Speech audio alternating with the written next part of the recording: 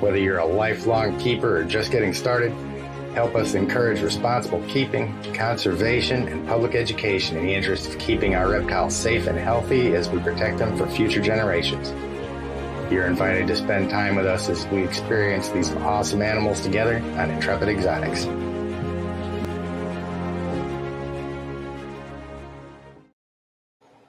Hello, everybody. Hope y'all are doing good tonight. We're back again for another Saturday night.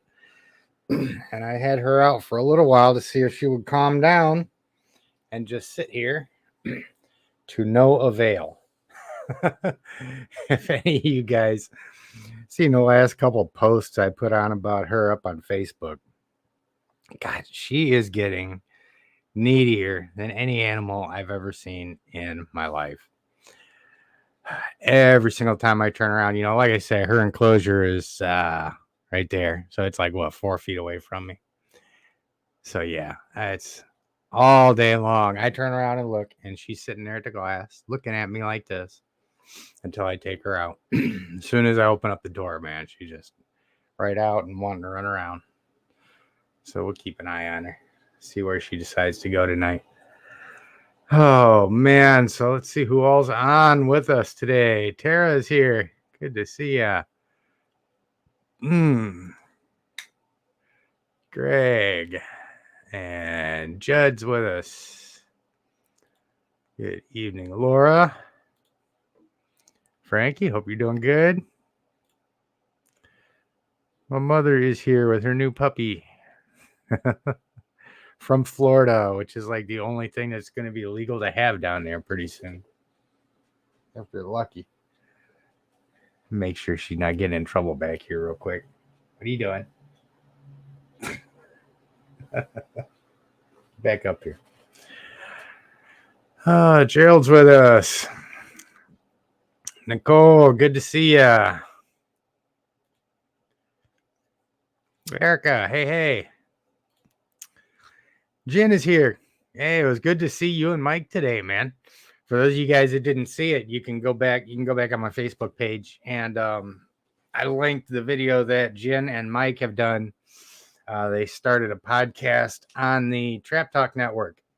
So it's going to be her and Mike on there, having a bunch of different guests and things like that, talking about monitor lizards, which we're going to be talking. There you are. What are you doing? Can you tell me something? I keep waiting for her to talk, and she hasn't said anything discernible yet.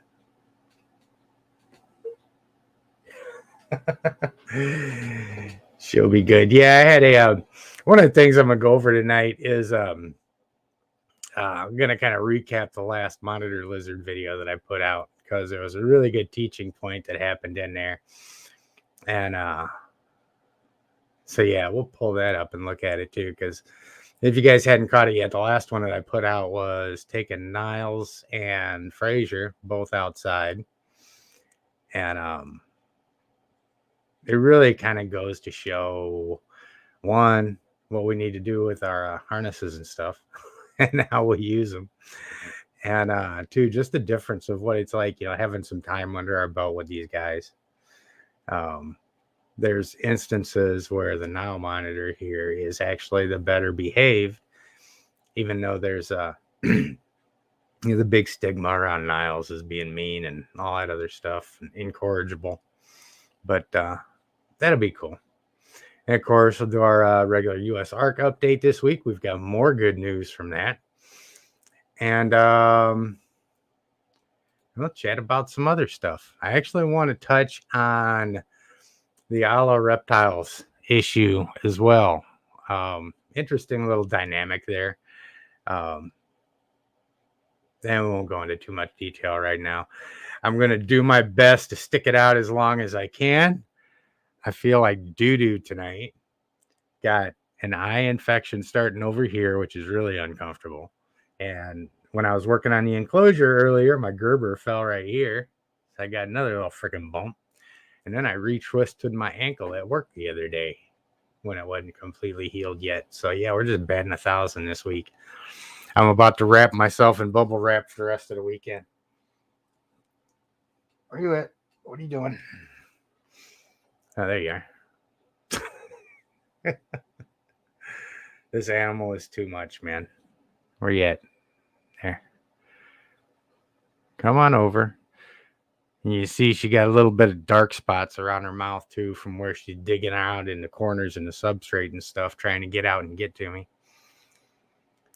I can't wait till she gets big, man. This is going to be the best ambassador animal on the planet.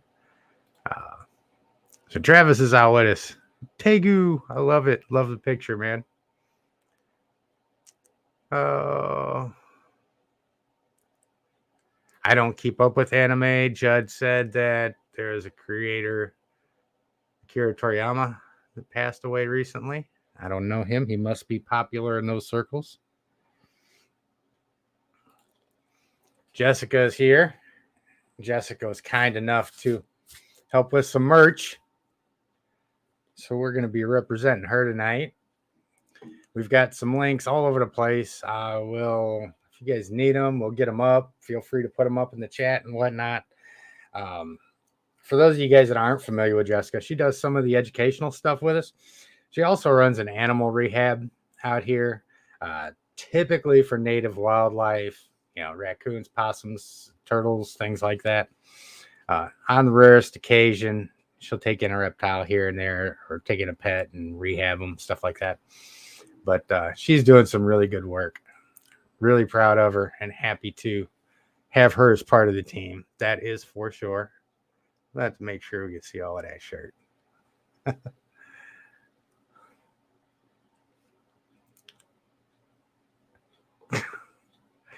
And I know Athena back there, she's going nuts too. I'll have to get her out pretty soon. Donna's with us. Good evening.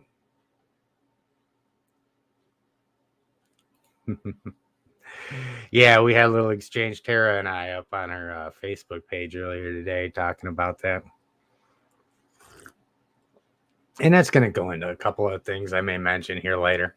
Not going to go into too much detail, but that's just another example of, I don't know, man, our culture is way too quick to take a talking point and run with it and get outraged irrespective of facts, or people thinking that their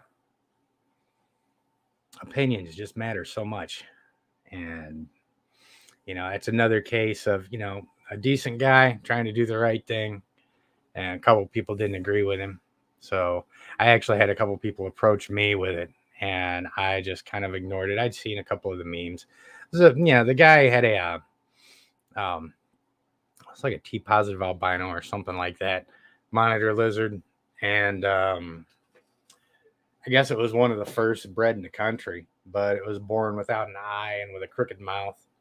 But he raised it, made sure it was viable, make sure it was healthy and self-sustaining, and put it up to see if anybody wanted it. And a bunch of people in the community decided to try to crucify him for it. Ultimately, the only thing is they didn't like his price or something and felt that a good enough reason to go after the guy's character. And that's why here recently I'll notice my sub count dropping here and there, because I just, especially this time of year, and in this the way our culture is right now, with all the misinformation out there, I can't always keep my mouth shut when I see something that's not true. So some people will get really butthurt if you provide evidence to support the fact that they're spreading misinformation. Take it all personally instead of going, oh, I didn't think about that. Maybe I should look into that too, instead of just building my entire worldview around my opinion, devoid of any actual evidence and facts. Something to think about. So, I had a couple exchanges about that here recently, with varying levels of success. Oh, cool. Yeah, Christina just posted a picture with it on too.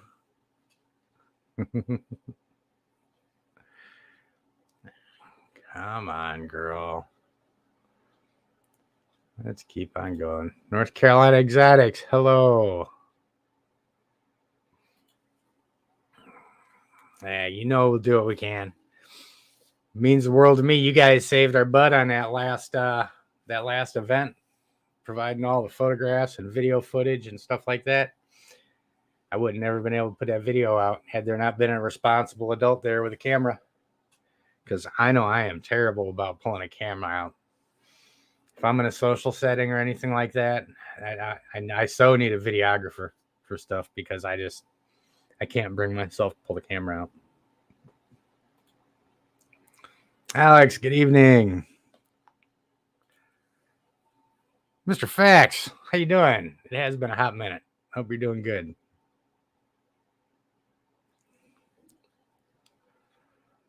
Oh, my. Where we at? Make sure I'm not. Yes, indeed.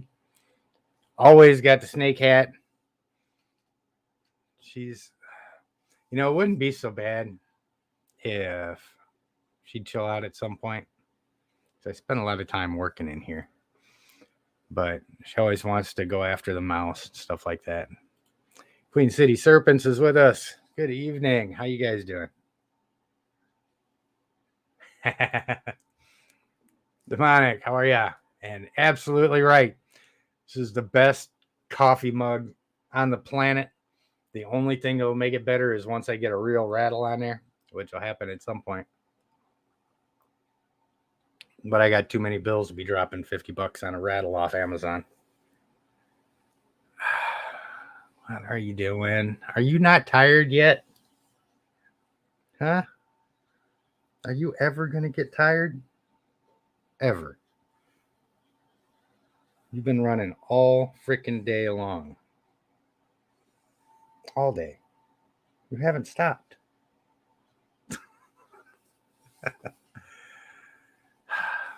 This girl is something else.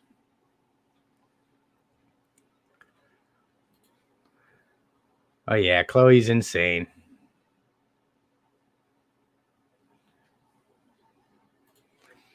Yeah. Too many times of fact checking someone was attacking them, and I don't understand that because if I'm wrong about something and somebody tells me and there's like evidence there and they just don't think, they don't just come off and say, hey, you're a jerk face for doing that. Okay, cool. I'll accept that. Why? Explain to me why I'm wrong. And if I am, I'll concede right there. Or if I need to look it up, I'm sure. As I get new information, I'm going to change my position. And, ideas and people are two entirely separate things. You can completely despise an idea and rip it to pieces while still being respectful of the person. And, it's one of those things. Too many people can't separate that. They build their identities around the ideas. And if those ideas just happen to be incomplete or buried in an information silo that refuses to look at anything else, then sometimes that doesn't go great. Too many people put too much value on their opinions in the face of a rational discussion. And that's a problem. I've been thinking about, a new topic to talk about when you give a society of barely evolved primates one chromosome away from a chimpanzee more information than they can process at one time. What happens?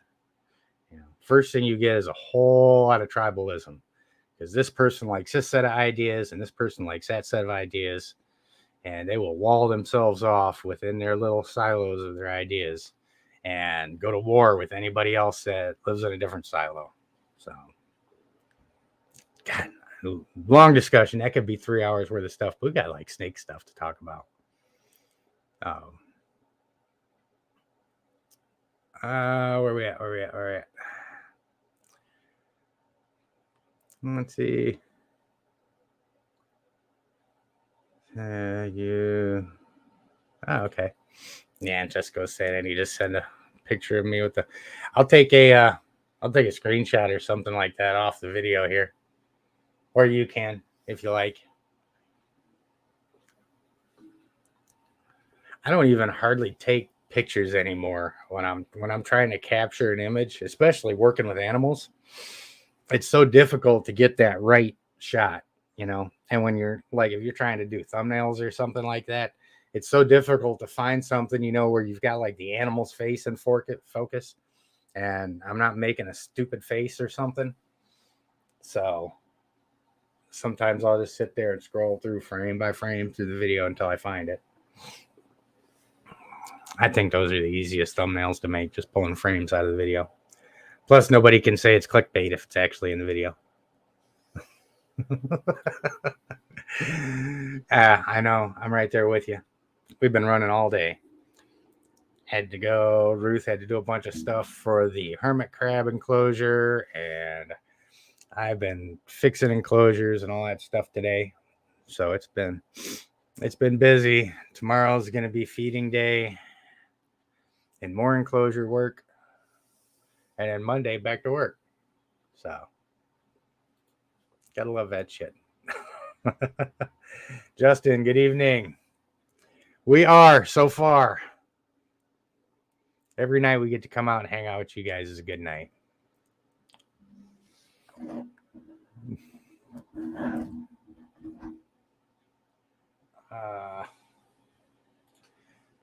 Yep. Yeah, that was one thing that I really kind of regret is not setting up and actually filming something when we went up to Retic Fest. I had all my equipment was in the truck, and all I had to do is go out and get it and set it up. And then Adam Wickens showed up, and he had all his camera equipment, and I was like, "Oh, okay, cool. Well, maybe he'll film something." And he took off to freaking Pickle Fest, so. And it was really sad too, because we would have got some really good, really good handling videos in with Karma, the 20-foot retic, when I was trying to get her out of the rafters. That was really cool. I know, man. He's talking about, you know, going to 10 lane, not getting any pictures. Well, you know what's funny, man, is back in the day, and of course, you know, back in my day, we had to, you know, go down and take pictures and drop the camera off to have the film developed and all that stuff. But, you know, when we'd be on deployments, yeah, different countries, different levels of hostility, you know, my guys would be out there taking pictures with their camera and shit. I'd always chastise them. I'd be like, dude, you're a damn soldier, not a terrorist. You need to be looking down the fucking sights of your rifles and not the lens of your camera right now. Put that shit away. And now looking back, I so wish I would have had my camera out so many times, or somebody would have been out recording. I think one of the funniest stories that I would have liked to have had is, where was it? I think it was Bosnia, right outside of Birchko, Bosnia, sitting next to the vehicles, and this old man was walking his goat. Like, he could barely walk. He was like hobbling his goat. And so we're parked up along this street with some buildings and stuff, and then a big open field with like 3-foot high grass. And I see him walking along, and all of a sudden his goat gets loose, and the goat's going off, and this guy can hardly walk, and he's trying to catch his goat, which is never going to happen. So I take all my weapons and my gear off, and I hand it off to my buddy, and I help the guy get his goat back. We get it back. He didn't speak English. I didn't speak any Serbo. You know, bunch of smiles and handshakes and all that stuff, and he went on his way. He comes back with a bag with like 5 eggs in it and gives it to me as a thank you. And you know, I don't know how many eggs he produced, but you know, that was probably a big deal for him. Yeah, they were recovering from a war. The whole city was destroyed. There wasn't a building in town without a bullet hole in it.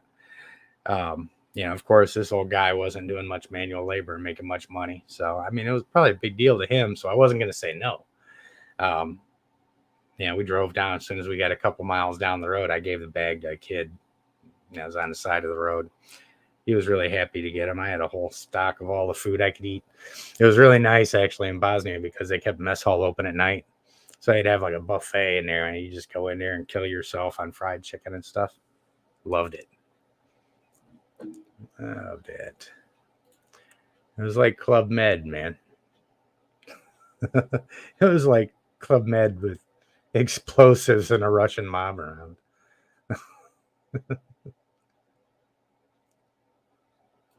Oh, let's see. Anyway, Alex asked if I ever heard of Grant Kramer. It was an educational facility called Wild World of Animals. Nope. I have not yet. And I may have a hard time reading tonight, too, because this eyeball throws me off. And it gets really light sensitive, too. So I've worn contact lenses for years. And I guess working with all the animals, every now and then, something splashes in my eye that I don't notice. And it says, here, you can be in agony for about 4 days.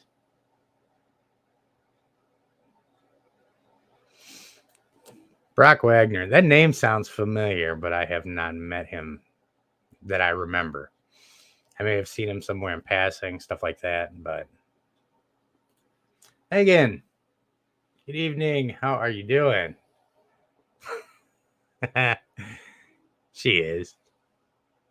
She's just enthralled not to be dead. She's got a pretty good story behind her. You know, that's actually, now that you mention it, Greg was talking about aerobics with Chloe. I bet I could probably start like a new trend, especially with the big snakes, like a big snake workout program or something. Calisthenics with retics, because they're surprisingly quick to wear you out.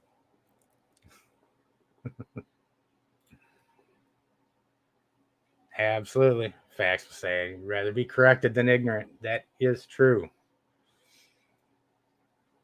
You know, I don't know, man. The whole thing where you get so polarized out of people that you're going to lie about them or completely ignore anything positive because you just don't like them.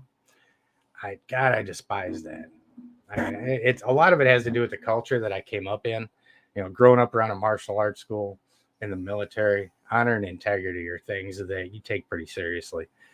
I mean, there's parts of the military where the entire regiment knows everybody by their reputation.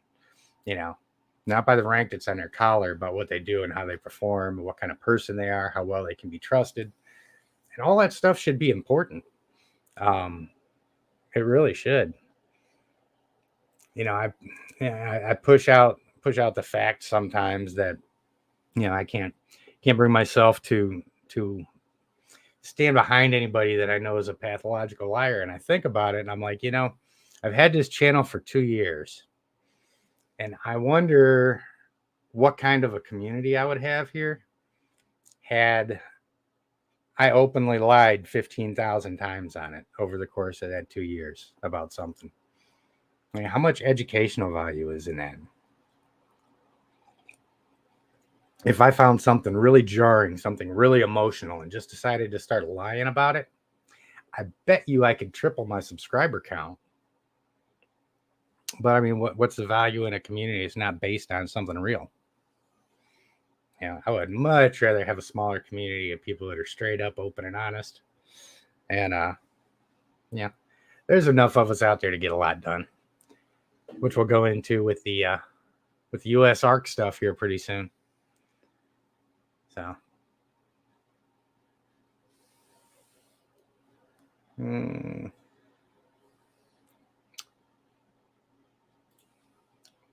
get to click the 3 lines to make sure you can see all the messages. Yes. I'm sure I'm missing a message somewhere, but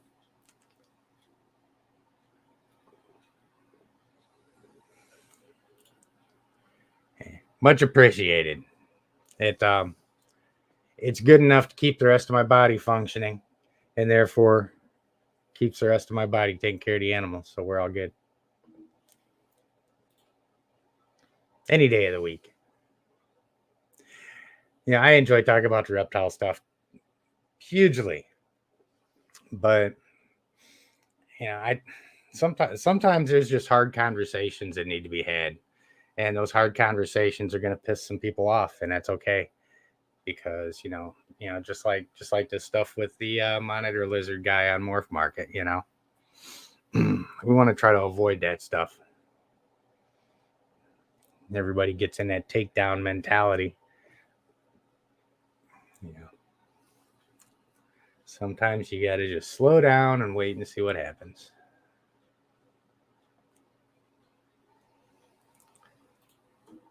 Yeah. Yeah.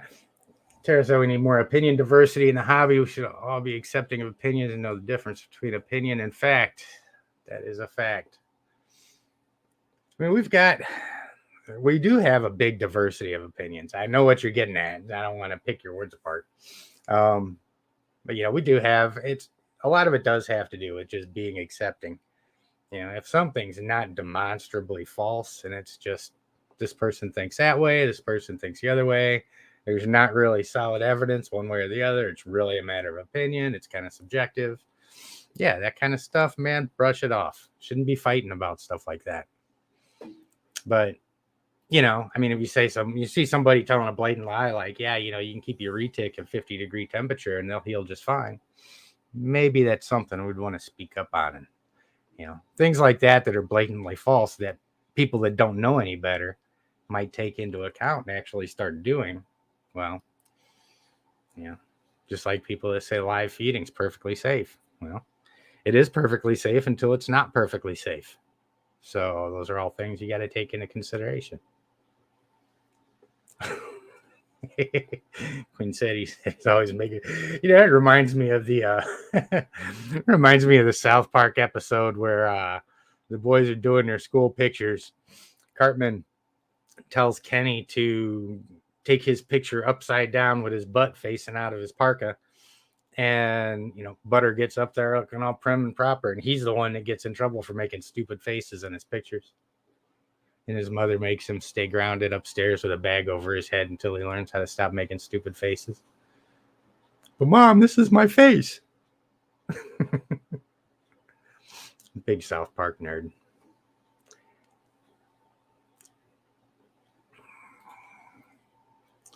Yeah, we recently, Jed was talking about needing to upgrade his photography equipment.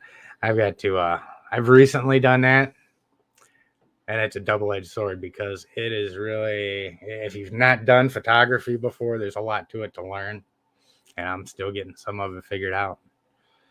And one thing that you'll find too is the damn lenses are more expensive than the cameras. And the lenses are the heart and soul of it, You get the wrong, easy for me to say. You get the wrong lens on there and it just shoots the whole value of the camera. So anyway, I'm right there with you. Yeah, guys all talking about having stupid faces. You should try and make a video of yourself and then try and catch a thumbnail. And you're like, okay, snakes in focus. Oh my God, look at a dumb look on your face, Tim. Go on. Find it sooner or later.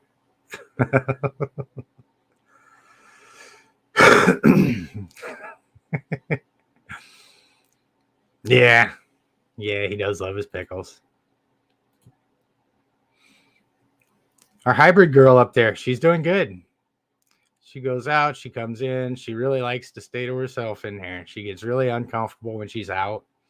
And I don't think it's so much, she will calm down and stuff like that and relax. But, I think because she's a little off on her control, I think she just feels really uneasy. So I try not to take her out too much because it really isn't. It's not really enriching for her. Maybe we'll get to that point. Start stepping her up a little bit and see if maybe, she actually starts to look like she enjoys the time out. But even the times when she's mellow, she seems so uneasy that, I don't know. It's just one of those things. Sometimes snakes are, they enjoy the solitude. Not everybody's going to be spoiled and want constant attention like this girl. So, let's see. He's a goat wrangler. I really wish I would have had a video of that, man. That was, I about busted my ass a couple times trying to catch that goat for that dude, which of course is, I think, what he appreciated so much. Almost, he probably appreciated the entertainment value of watching me catch it as much as the fact that I caught it for him.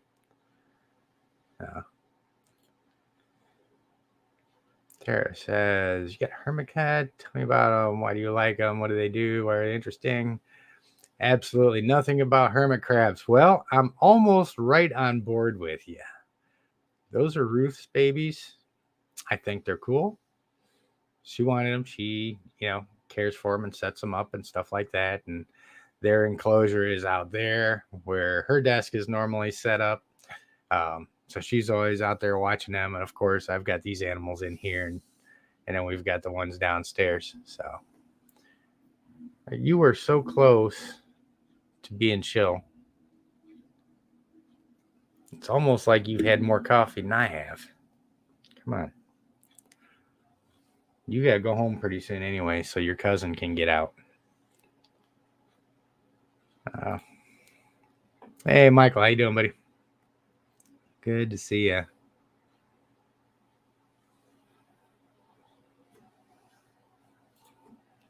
Oh, my God. Yeah, Judd was telling a story about how somebody ran and hid from their crested gecko.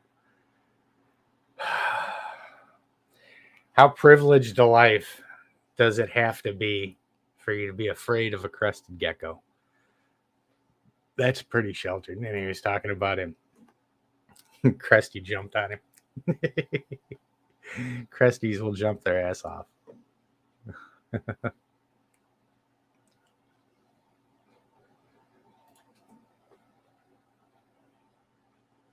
Oh, hey, thanks, Nicole. Appreciate that. Yeah, I'm going to end up drawing some fire over the summer. There's no doubt. Too important a time for people to not speak out in the face of gross misinformation on some things. It's really important. So.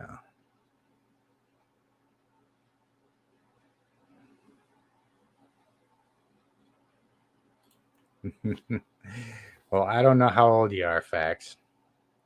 Hoping to have an interesting life. But the best advice I can give you is what I did. Is whenever I was looking at a couple paths, I always looked at the one that I was completely sure I wouldn't do that scared the shit out of me, and that's what I did. And as long as you take that path all the time, I think you'll enjoy yourself. Or you'll die. Or you'll enjoy yourself till you die. Man, it's hard to say. But that was kind of my philosophy. And that's what I did. I never made my decisions in my life about money. I made it about what was the most challenging. So now, sitting back at 50 years old, wishing I could devote all my time to reptiles and be semi-retired, yeah, that would be great. But it is what it is.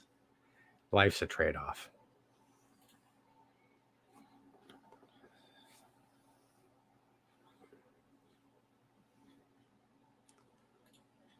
Hey, Gene made it. Good to see you.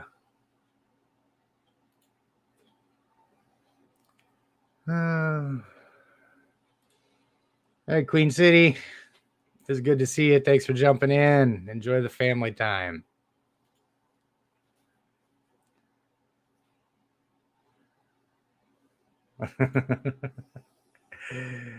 Yep. Yeah, he's got some pretty big boys too. And I tell you, man, I'm still convinced my boa is stronger pound for pound than my retics are, because he's only 6 or 7 feet tops. And man, that is an incredibly strong snake. When he gets a hold of you, it's just, he's got you. I'm glad he likes me. Nope, I have not gotten Bob out yet. I may get Bob out.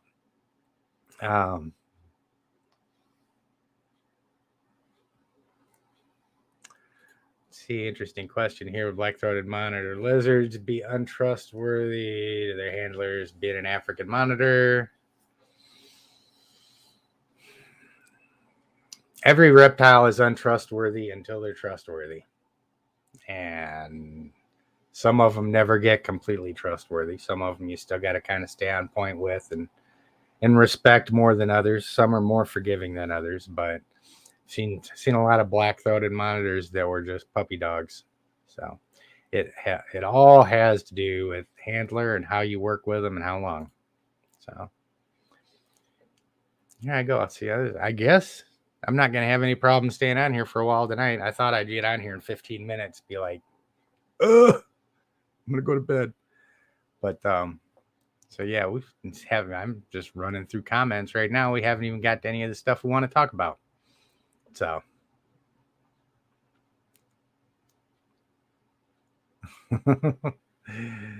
Jen says her friend uses a retic for belly dancing.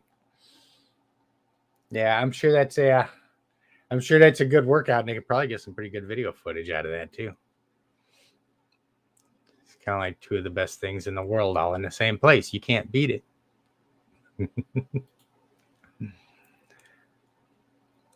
All right, I'm going to I'm gonna scroll through here real quick, and I'm gonna put this girl back and break her heart.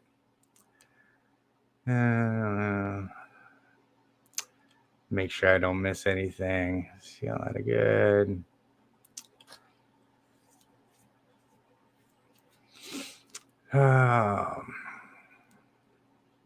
Man, there's a lot. You guys got a lot to say tonight. Cool. Fact says, great advice. It's terrifying, but it's so worth it, man. I mean, because look at it this way.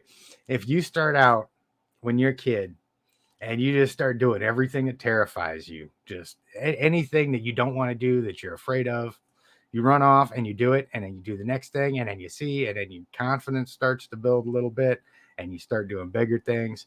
I mean, once you get that confidence, you'll hit a point pretty soon in your life where you don't worry about anything, because it's like, man, look at all this crazy shit I've done already. Look at all the stuff that I've learned. Anything can happen, and I'm going to be fine. That mindset, there's a lot of benefits to that mindset.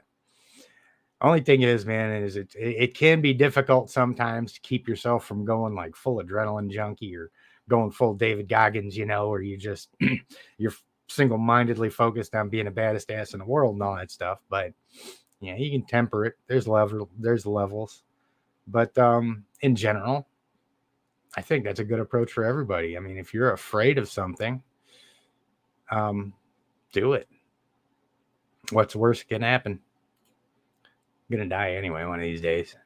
Might as well do it having fun.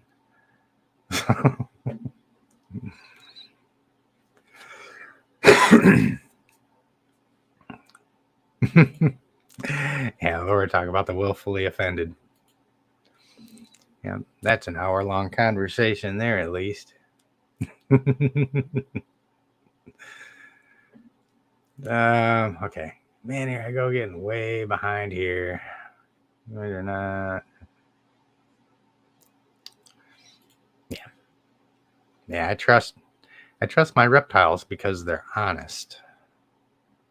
Humans, not so much. Some of them are. There's a lot of good humans out there.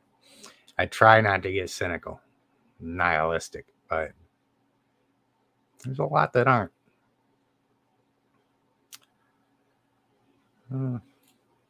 Hey, Kyle, how are ya?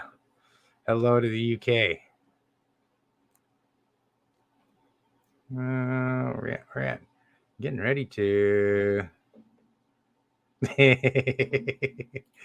Yeah, and if any of you guys need any verification, my mother is in the chat. As a kid, I made her life a real challenge, and yeah, so that particular technique doesn't always It's not always easy on the people around you.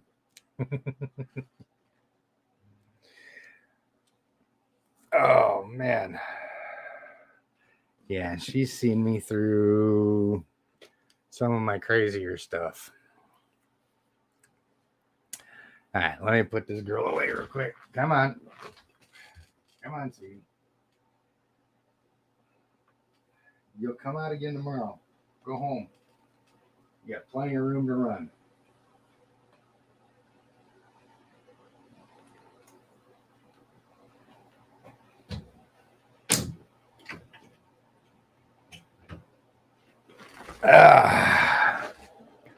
Okay. Now I can kind of focus on what we're doing. I'm probably going to need to go get another coffee here in a minute because I guess we're going to be here for a hot minute.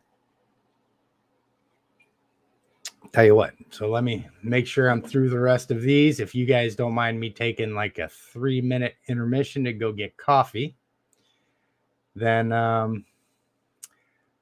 let's see. Vax is grabbing some wine. You guys don't want me grabbing wine or tequila or any of that stuff.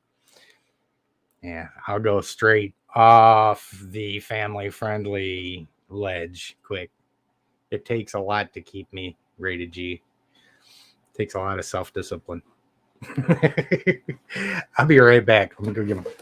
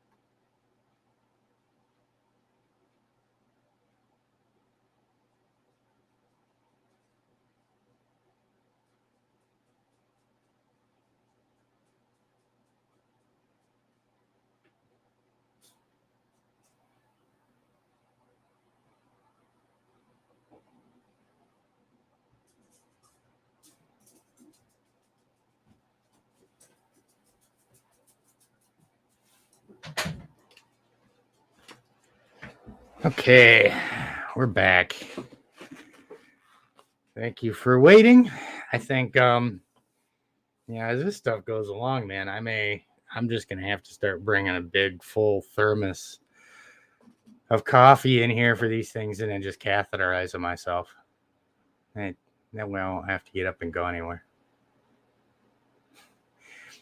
I actually had guys do that in school. When we was learning that part of it in school, they used to have everybody give themselves a urinary catheter. Or give it to somebody else. But they was getting too many UTIs because of it, so they just knocked it off. But we had this one guy in class volunteered to give himself one. And I think he just wanted to brag because I think he was half mule. But anyway, stupid medical school story. Neither here nor there. You catch up on this stuff. Yeah,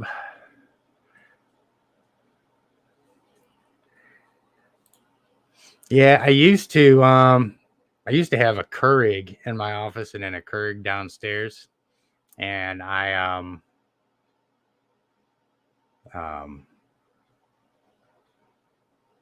broke them. I wore them out. Let's see.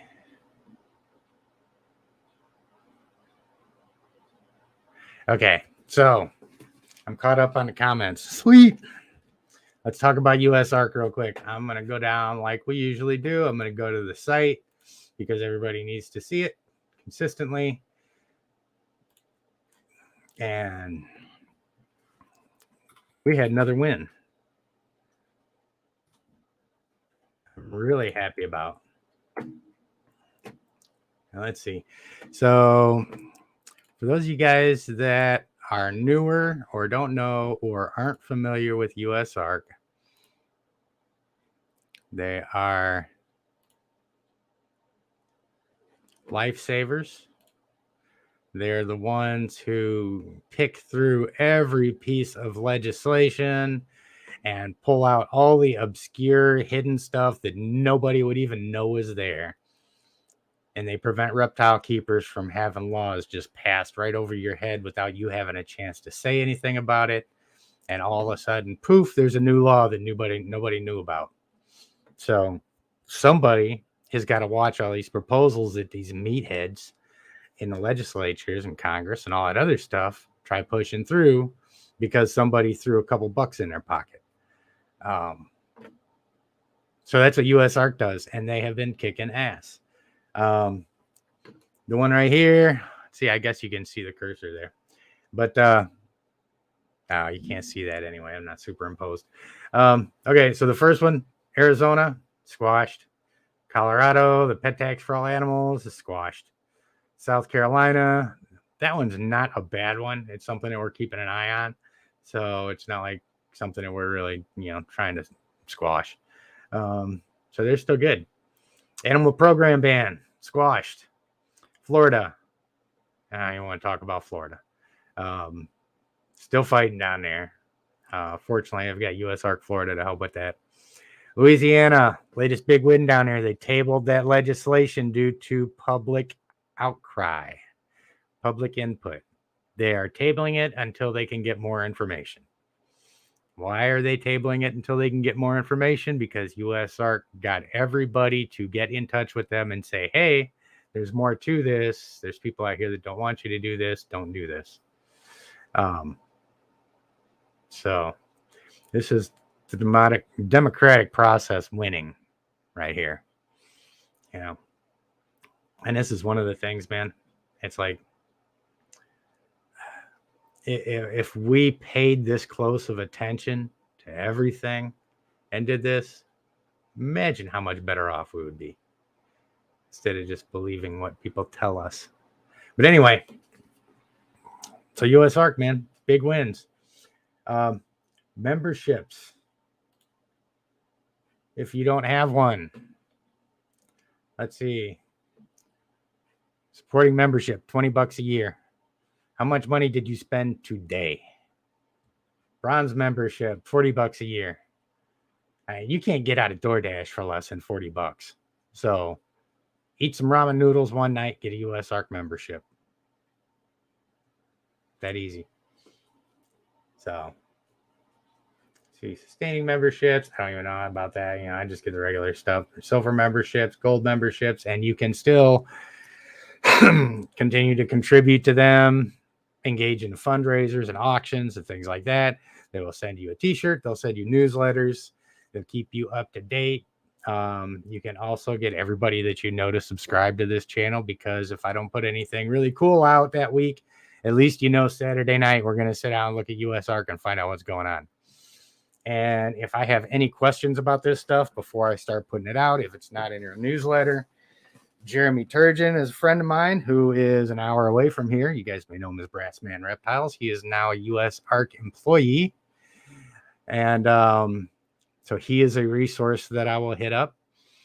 And I've got Phil Goss's phone number too, and I can call him anytime if there's anything really important that needs to be put out that I need clarification on. So I would consider this a really good source of information, and you should get it out, and we should hurry up and hit 10,000 subscribers.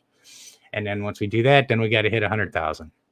So minus the people that I piss off over the course of the next year. It's inevitable.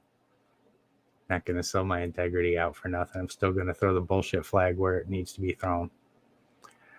Let's see. Yes. Everybody should be clapping. USARK's kicking ass.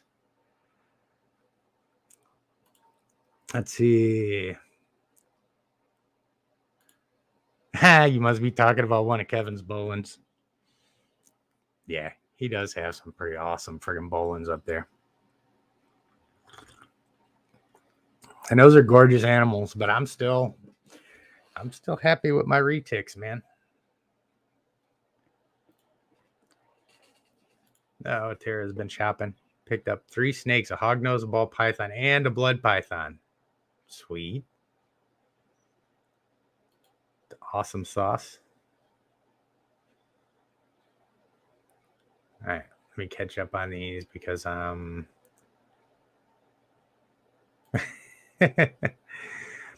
the time I hit 1 million subscribers on here, we will have a facility open, and I will schedule a cookout / retake fest Intrepid Exotics version at the facility where everybody can stay, and we'll cater and drink and raise hell and talk snake stuff.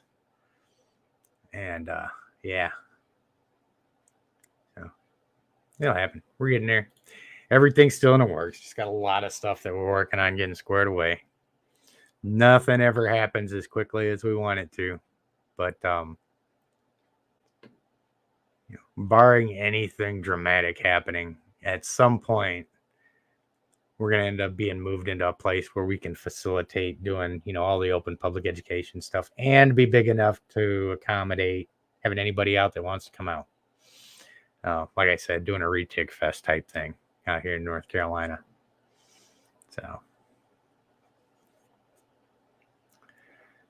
I guess we're talking about hognose. My hognose was so funny today.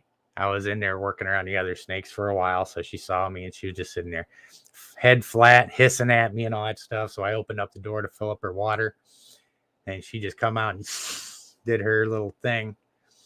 So I just started scratching her under the chin, and she just kind of starts pushing into it like that, still hissing at me the whole time, still flattened out. But she wouldn't go away. She was sitting there wanting me to scratch her chin. So bipolar. Such a crazy little snake.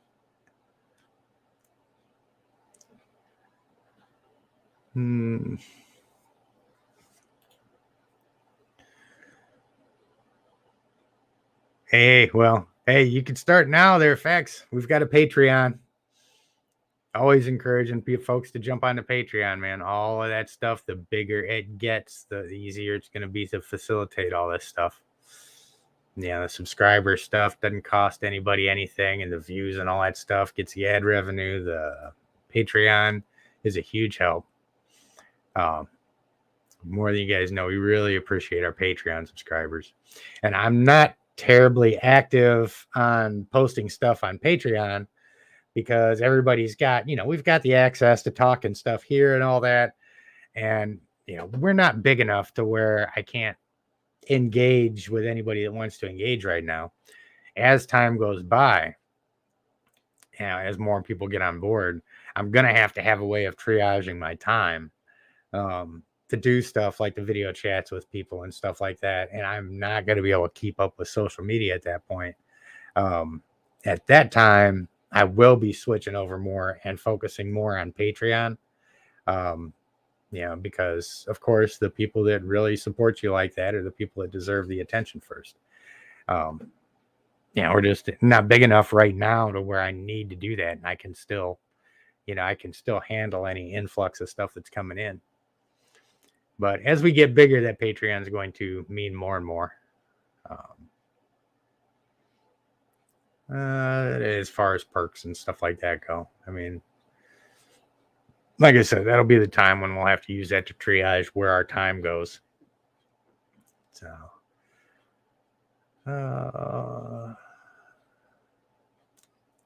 okay. Hojo, how you doing? Hey, I love the icon, man. And absolutely. Snake parties are the best.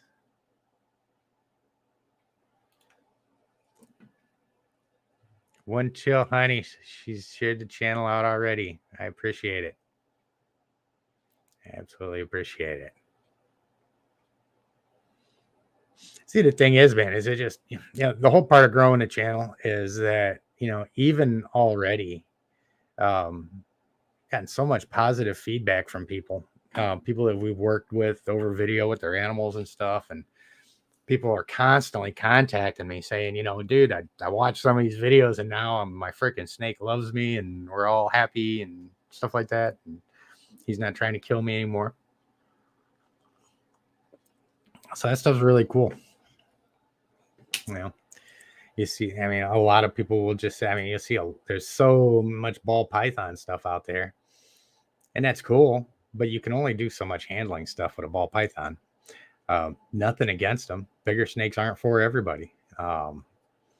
But you really don't learn a whole lot unless you're really focused on just genetics, you know, from watching one morph after another one scroll across the screen. So we try and do stuff that people can actually use with all their animals. So this is a really good question here. How does having a membership help in USARK? Okay.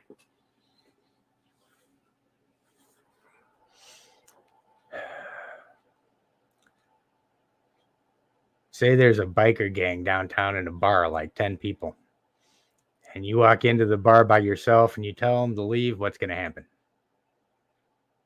You're probably going to be the one who leaves, and you're probably going to leave out the back door into a dumpster or something, right? If you've got 100 people behind you and you walk into the bar and you tell them to leave, what happens? That biker gang gets up off the tables and gets out of the bar, and they leave. It's the same dynamic with USARK. You know, if you go down there and you say, I've got 100 people behind me and we're really against this law that you want to pass, and they're going to go, that's okay. Well, I've had 500 voters ask me to do it and like 100 contributors. So I'm really not interested in what you got to say. Go away. However, if you go in there and you've got 100, 200, 300,000 registered voters behind you, and your representative goes down there and says, we don't want you to do this, and here's 100,000 of your voters behind me that don't want you to do this, they're not going to tell you to go away. They're going to listen to you. It's not always going to work, but it works a lot. And here recently, the proof is in the results, man. So that's how it works. The number of people, the membership size of USARK is its teeth. The money's important. Lawyers cost a ton of money. We're up against people that have got exponentially more financing than USARK does. But that's the thing. You know, if you've got the number of voters behind you, you can make a difference. So, and that's why the memberships are so important. Even if you're getting a lower tier membership, you know, even like with USARK Florida, you know, they've got free memberships with them. It just adds to the numbers down there. Somebody doesn't want to make a financial contribution, cool. Doesn't cost you anything to add your name to the list, but it does strengthen them because it gives them more to bargain with. Like I said, that's their teeth. So,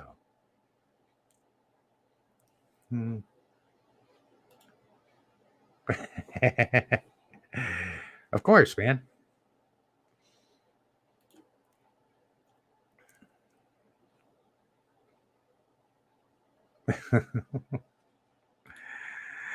Tara was talking about her blood python being sweet and not liking men. It's funny how some animals are like that. Our female prairie dog doesn't like men. Sometimes she doesn't like the man that she's got in the cage with her. She has been here, especially recently, man. She's been touchy. So.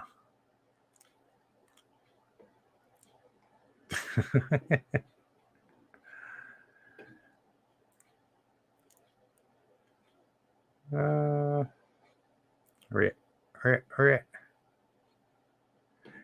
Okay, here I go. I'm still.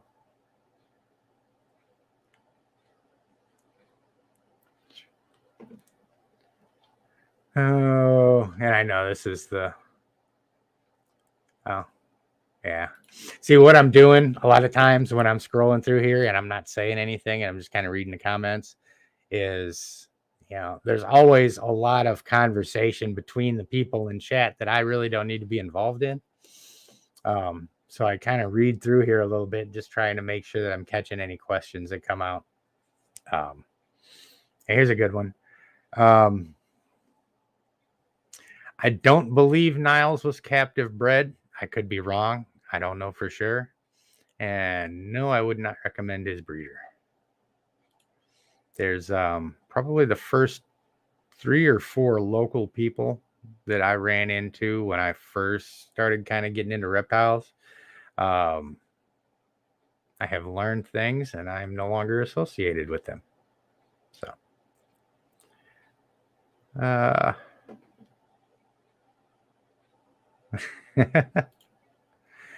yep, absolutely.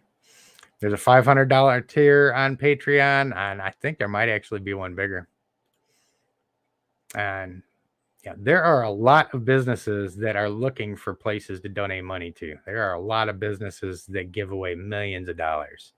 Matter of fact, Warren Buffett, in his old age here, has almost his $800 billion empire that he's built. Almost all of it is going into charity. So I've already sent a letter to him. I was like, dude, if you need something to help spend that $800 billion on, just give me $1 million of it and I can make a hell of a reptile facility with that. Which would be awesome. All it takes is, one billionaire to see this and say, you know what, man, that's a good idea. That'd be something cool. This money can't go with me to the grave. So instead of spending it all on lobbyists and politicians and charities that don't do what they're supposed to, let's just build a reptile house. So anyway, let's see. Okay, time for a cool story. I just seen this the other day. I think I'm gonna make a video if I can still see tomorrow. I'll make a video on this, but I want to put this out because this is freaking hilarious.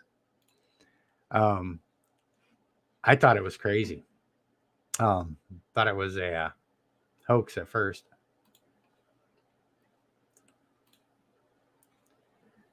But I'm just going to go ahead and explain it real quick. There was a lady out cutting her grass in her yard, and a snake fell out of the sky and landed on her. And then a hawk came down and took 5 attempts trying to get a hold of the snake. So apparently what happened is this lady's outside, she's cutting her grass, probably got her iPod in, jamming. Snake falls out of the sky, wraps around her arm, starts striking at her. And, apparently the hawk had it, dropped it, snake got away, fell out. And of course, the hawk, wanting to get it again, goes back down and grabs it and rips this poor lady's arm to pieces, trying to get the snake off of her. And an interesting point to this story, I'll go into that after I put it out there, but let me put this up here real quick. I got to make sure that the sound is right first, because I've been known to screw that up. That's not it. That's it. Let's share that. Okay. This is insane. Like, I couldn't believe what was happening. Peggy Jones of the back 6 acres of her home on Tuesday, August 1st, when a snake fell down onto her from above. He was starting to dart at my face and come into my face, and he was striking my glasses, and he just kept on and kept on, and I just couldn't get rid of the snake. And it was like, I think I went into survival mode. Jones says a hawk then came down and pulled the snake from her arm, but not before leaving severe cuts and puncture wounds. The hawk came down 4 times to get the snake off of my arm. When I looked down, I had blood all over my clothes. I had blood all over my arm. My arm was torn to shreds, and I had severe bruising. Jones's husband took her to Altus emergency room in Lumberton, where they... Anyway, how crazy is that? And you know what's really funny too? And this is the point that I was getting to. I just didn't want to start running off at the mouth before I show the video. She's all stressed out about the snake. She's terrified of the snake. She's scared to death of the snake. Oh my God, help me. It was the hawk that did all the damage to her. That snake didn't do that to her arm. The hawk was a dangerous one. She's afraid of the snake. So, anyway, like I said, crazy story. I'd never heard of anything like that happening before. And, but yeah, I mean, how weird is that?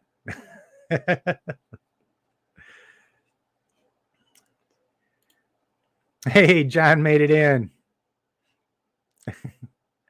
Hey, John, yeah, did you catch that video that I just showed? That's freaking crazy. Let's see. Yeah, Greg said her forearms look like a monitor lizard's forearms. There's been times where Niles had me pretty close to that. That was kind of one of the first things I thought about. I mean, mine are starting to heal up a little bit from my last little interaction with Fraser, the Asian water monitor.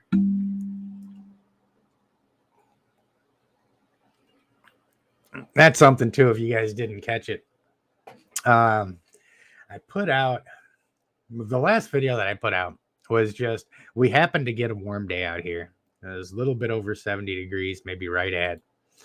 So I got home a little bit early from work. And I was like, cool, I'm going to go ahead and get the lizards out.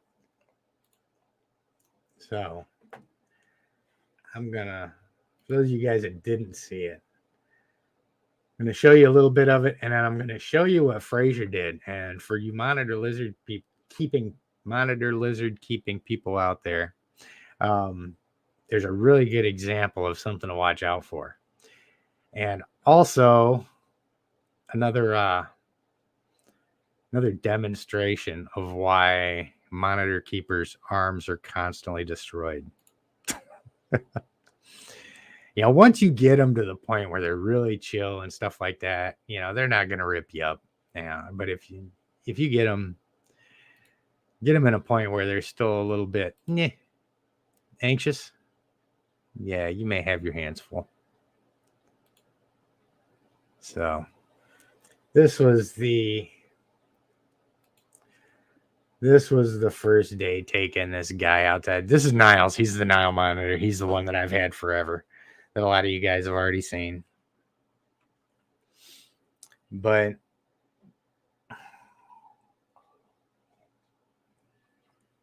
and I always say too that he is so much more chill when he's outside. I worry about him a lot less because he's got so much stuff engaging his brain when he's out there that I don't worry about him one bit.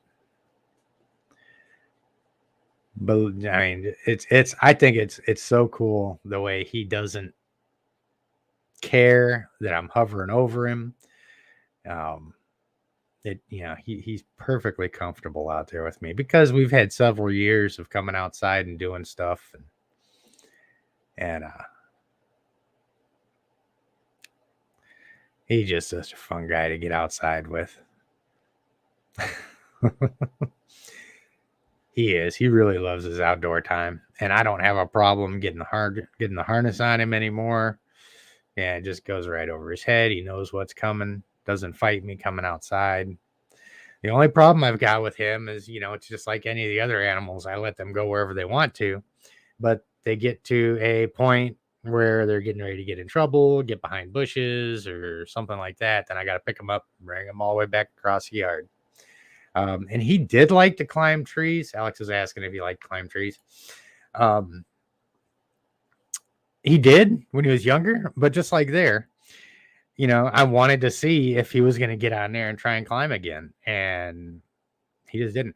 Any other time here, you know, the first couple years, as soon as I got him close to a tree, man, he was right up it. But now, yeah, he just wants to kind of lumber around and stuff like that. And this is me putting him up on his shoulder after he bit me on the back of the neck 2 years ago. See, I'm working on it. Recovering. That was what Kevin and I was talking about a little bit when we had Kevin McCurley on. was it, I'm still a little gun shy of him from the time he bit me on the back of the neck. So you won't see me too often having him up on my shoulder, but he does really good when we're outside. So, hey, North Carolina Exotics is here. Good to see you. So yeah, so let me jump ahead here to while I'm bumping my gums. Where we at? Okay. So move on to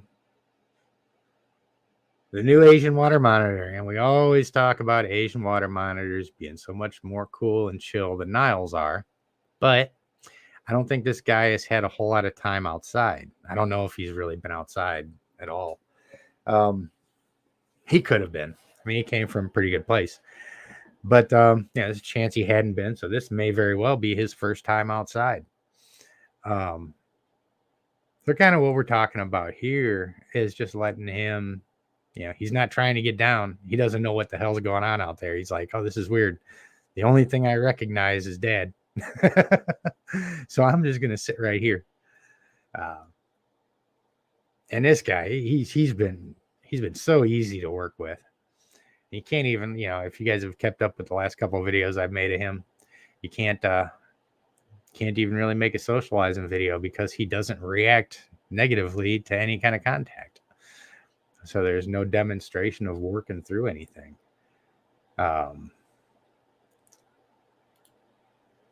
Hey, Miss Wilson is here. Jordan, you made it. Good to see you. He's asking how the neighbors' dogs feel about. I'm going to pause this right here real quick.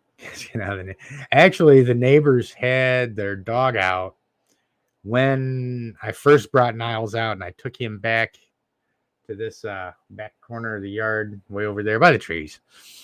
And I've got really weird neighbors because they've moved in after my old neighbors died. A really cool old man. He used to go out and have coffee with him all the time. And then these guys moved in. You wave at them, they don't wave back. You look over, they glare at you and look away really quick. It's like, so I don't know. Kind of reminds me of the Burbs with the Klopex, where everybody looking out and you might see them jump out of their house every now and then and give you a dirty look and then go right back in. So I don't know. I don't even know if they speak English. Yeah. They could be European or something and just don't speak English. I don't know. But you can tell when people don't want to be approached. But they had their dog outside with them. And I don't know if they glanced over and see Niles or not. But I don't know. Maybe they'll respond to a wave or a hello or something at some point. Because, I mean, I know if I moved into a place and all I had was a little dog, and dude next to me was bringing 6-foot lizards and 16-foot snakes outside and stuff, I'd run out there and start playing with them. Hey, how you doing? Can I buy you a beer? Cool. Let me play with your animals. So. Make them a pie. I probably could. Anybody that doesn't want to wave at me, I ain't making shit for them. That goes both ways. It starts with common pleasantries. Anyway, okay. So what's about to happen here? You hear me talk. You hear me talking in video, but of course I don't have the sound on here because I'm sitting here bumping my gums. But I talk about only using the leash as a means to keep them from getting away from you as an immediate action. You never fight them like a fish on a fishing pole with that leash or anything like that. Some of these harnesses are better than others, and some of them will slip.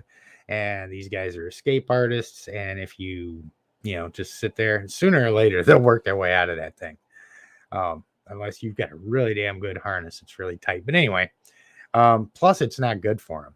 You've got that thing across their throat sometimes or in their joints, and you don't want all that pressure on them for any longer than is absolutely necessary. So if you've got them on a leash, you use that just long enough to stop them and then get your hands on them. And then that's where you just got to deal with the scratches and the bites if they're coming.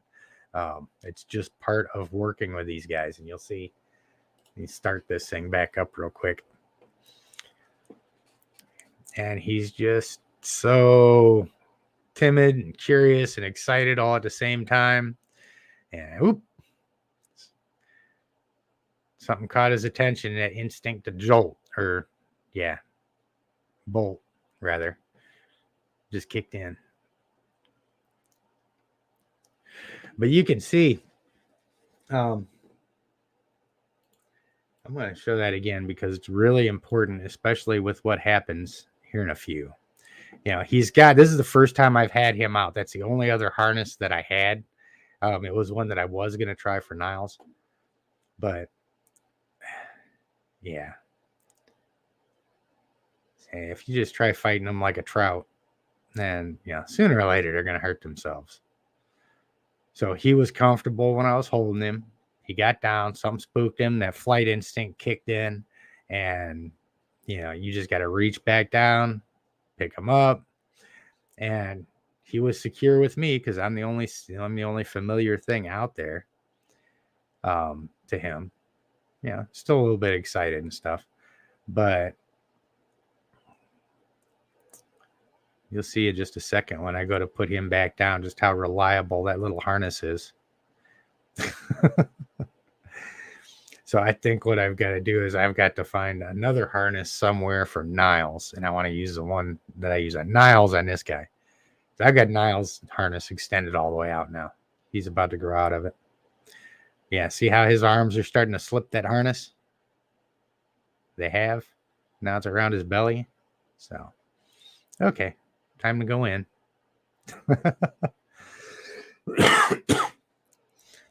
Fail on the harness. But, that's one of those things too. Actually had kind of going back to what we was talking about in the beginning about, having evidence and then I guess knowing what you're talking about. I made a short out of that, and I had some jackass, for lack of a better term, tell me that, man, that lizard's terrified of you. They shouldn't be in captivity, blah, blah, blah. I'm like, dude, just go watch the rest of the video. I was like, all that stuff gets explained. So that lizard's not afraid of me. It's in a new environment, and its senses are more heightened, and its instincts are more, in the front of their mind, and something caught his attention, and he bolted. So that is a completely socialized lizard that I do not worry about at all. I actually took a picture of my nose to nose with him here not too long ago. And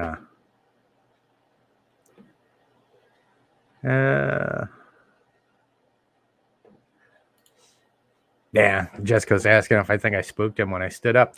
I don't know. He didn't. I think it was something else. I think a lot of it was the fact. I don't know.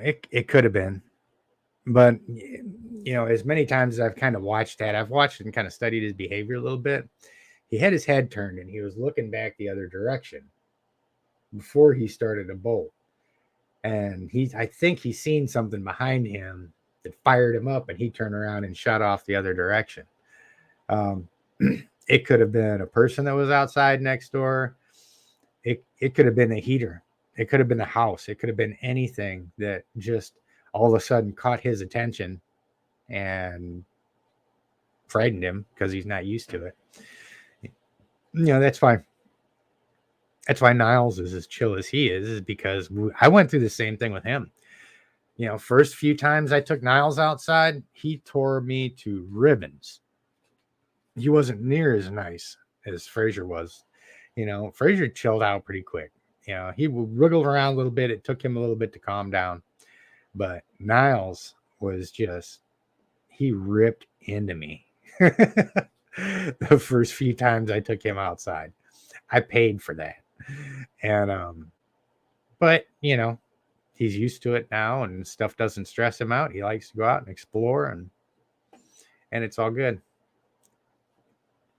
But, yeah. I mean, that was still a positive thing taking him out there because, he got to go out and get exposed to some new stuff. It ended up, the whole episode ended with him being calm and, me carrying him and calming him down and all that stuff, and then working with him a little bit. So it all ended on a positive note. So I think that was a positive experience, all in all. It's not it's not unexpected to have their instincts kick in like that over something. It's all about how you manage it.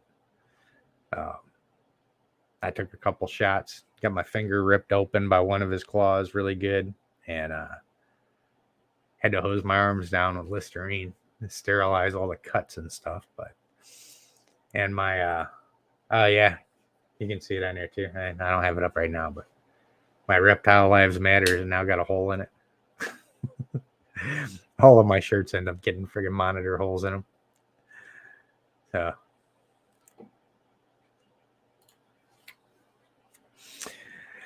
yeah, I don't know. There's that point, and that's a valid point. Arguing with fools gets you nowhere with the fools. However, engaging in fools will get you someplace with everybody else that sees it. Because in a lot of cases, I mean, you're not going to having a discussion with somebody else if you've got really polar opposite views on something, especially if it's a public discussion, you're probably not going to get nowhere. Not going to change anybody's mind, because once somebody's once somebody's publicly entrenched in a statement, their ego won't let them back down from it. So you're probably not going to get anywhere. It's fight and defend my position all the way. But people that are watching it, who's not actively engaged and their ego isn't actively involved in it, are more apt to read through the exchange and be able to determine which position makes more sense. You're getting two views, polar opposite views of one topic in that discussion. So if you're making more sense, you're providing more evidence, giving more references, pointing out where something may be wrong and demonstrating it, then, the people watching that are going to be like, okay. Yeah. Well, maybe they're going to think both these people are assholes. But they're still going to get an evaluation of the facts that are presented there. And I think it helps people kind of bust through bad information sometimes see things from a different perspective. The person that you're arguing with, yeah, that relationship's shot most of the time. On the rarest of occasions, I've had really long exchanges with people until at the end of it, we actually do meet in the middle. And it's like, okay, cool. Yeah, that makes sense. Yeah, I'm with you. Have a great day, man. It was great talking to you. Sometimes it ends like that. Sometimes it ends differently. But the thing is, man, is that's especially the things that people say you're not supposed to talk about. There's thousands of religions in the world. They tell you not to talk about that in public. Maybe that taboo about talking about that helped certain religious cults. Maybe the Jim Jones thing wouldn't have been as prevalent. It wouldn't have happened if it was people were more open about talking about that sensibly. Stuff like politics. We said, don't talk about politics. I talk about politics every time I bring up USARK. That is the basis of our political system. That is a democracy at work. That is what we're supposed to do. When we talk about the heart of democracy is in an educated electorate, that is exactly what USARK does. They educate the electorate. They get them involved in a democratic process as it was established to impact the laws that govern us. We've got to talk about it. And if there's people out there that are spewing pure bullshit that's not true, somebody's got to call them out on it. If there are people that are doing things that are good, you got to acknowledge it. And you got to do it honestly. The problem is that people get into two teams, two tribes, and right, wrong, or indifferent. This is my team. They can do no wrong. I don't care. You're full of shit. Blah, blah, blah. You know, and there's a lot of whataboutism lately. Well, this person did that, but what about that? And it's like, oh my God, now it's whatever happened to the days where we just could sit back and talk on an educated level about something, point out the evidence, and just enjoy a shared reality. Great. Everything would be so much easier. No, always going to be people with different opinions on stuff. That's the nature of the beast. But the thing that really hurts us is when people manipulate other people with bad information in order to achieve their own power, to their own ends. That's bad. And unfortunately, there's too many people that are really quick to swallow it. And it shuts their brain down. I mean, information silos and echo chambers are real things. You know, if you listen to this one person all the time and they tell you one thing, even if the rest of the world is saying something else, this is what you believe. Everybody else is lying. Everybody else is full of shit. You know, this is your worldview. And positions that are developed without evidence are rarely changed with evidence, which is a very bad thing. So, there's my soapbox for right now.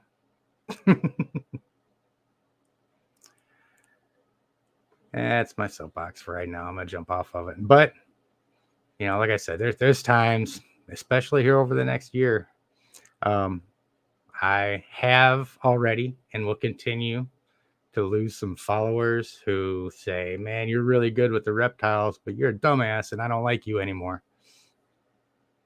Peace. If you say something that's not true and I call you out on it and you defend it and you don't like it, peace. So anyway, so this is a good comment too. And this is one of the things that Kevin and I talked about, you know, difference in the UVB lighting. Yeah, it's more intense outside, of course. I don't know, you know, it's just like us. If we're in a really dark room or in the back of an armored personnel carrier or something, the door opens up and you rush out into the bright sunlight, your eyes, you know, don't adjust right.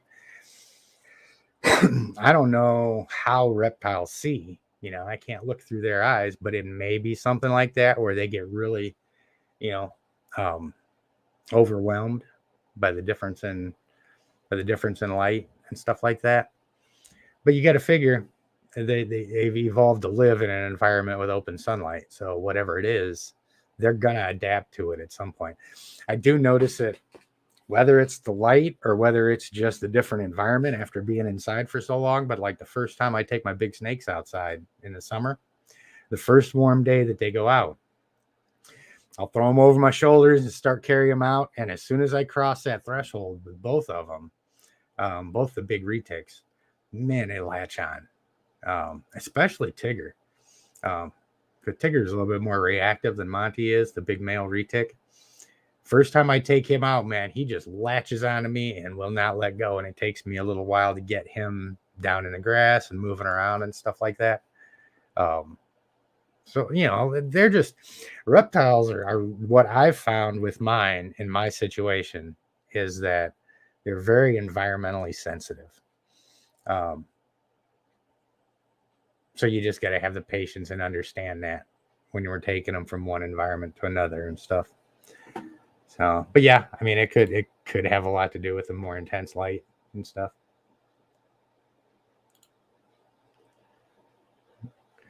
Yeah, I think I've heard Clint talk about that too. My Tegu, mine is sweet handling her here at the house. And the one time I took him out to an event, as soon as I opened up the bin, as soon as I opened up the bin, she was tail whipping. She didn't want anything to do with it. She hated being in the box. She was offended that I put her in the box. She didn't want anything to do with me. She wanted to be home, back in her enclosure, and the hell out of the box. So I just left her in there and left her in the shade. And she didn't interact with anybody that day.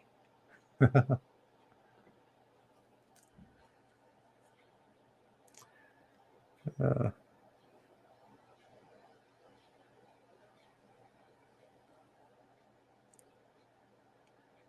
me scroll through here. I know while I was bumping my gums, I missed a bunch of comments.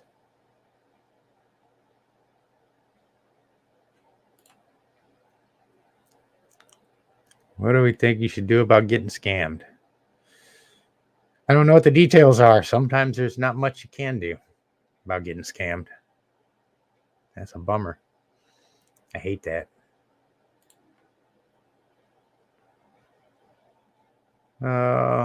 Let's see. Buying an anaconda, and I never see snake. You're saying buying an anaconda, I never see a snake in a man. Talk more money and fees and all. What I'm getting from North Carolina Exotics here, dealing with that. Man, there's so many people out there, so many scammers out there. I get it all the time. Do you want a logo?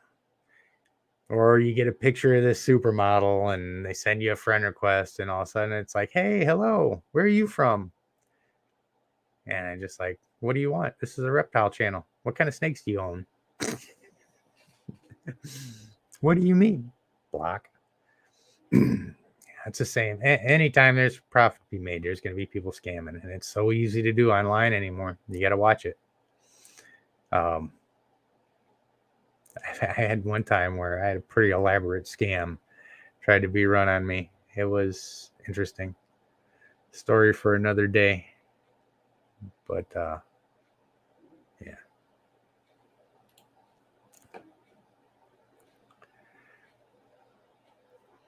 Yep. You can only wrestle the pigs for so long. It only goes. As soon as I see that somebody is not honest, not willing to have an honest discussion or acknowledge reality, then I block them. That's the end of it. Yeah. But as long as there's an exchange of ideas of some sort, an exchange of evidence and stuff, I think it's all worth talking about. I think it's all necessary to talk about. The problem is like I said, when you really start digging into details and facts and evidence, and you pull yourself away from all the misleading stuff that's out there, as soon as you mention something that's true, there is a group of people out there who will fanatically oppose you for speaking badly about an invented reality. So,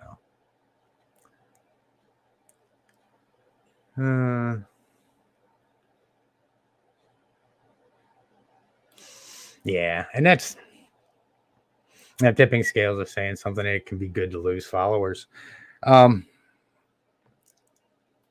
very first member that I had on my YouTube channel, I ended up blocking.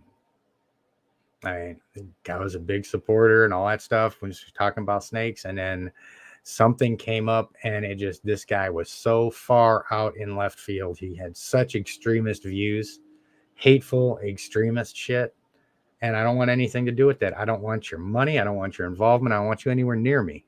So, yeah, not all support is good support. That's one of the things that I think people really need to do is, when you're building a community of people, kind of like we've got here, it's all been kind of slow. We don't do the clickbait thing. I try and engage and stuff like that, and help each other and all that stuff. That's what it's supposed to all be about.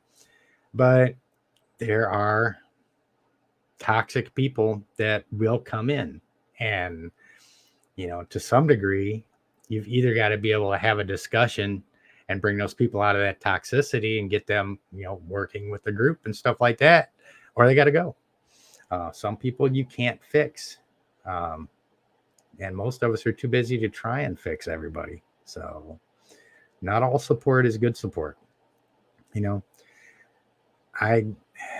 I would rather not have a Klansman running around Reptile Expo saying, how awesome Intrepid Exotics is. Yeah, I wouldn't want that person as a supporter. I would much rather have a Klansman running around talking shit about me, because that's the kind of relationship we're going to have. Because I got a lot of stuff to say about you and your views, if that's the case, if that makes sense.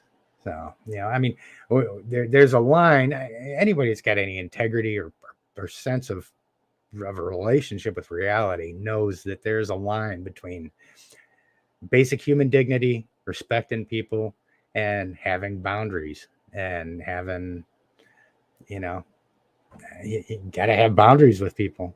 If not, there's a whole world full of people out there that are ready to run you over. So we've got to establish those and try and be fair about it. So,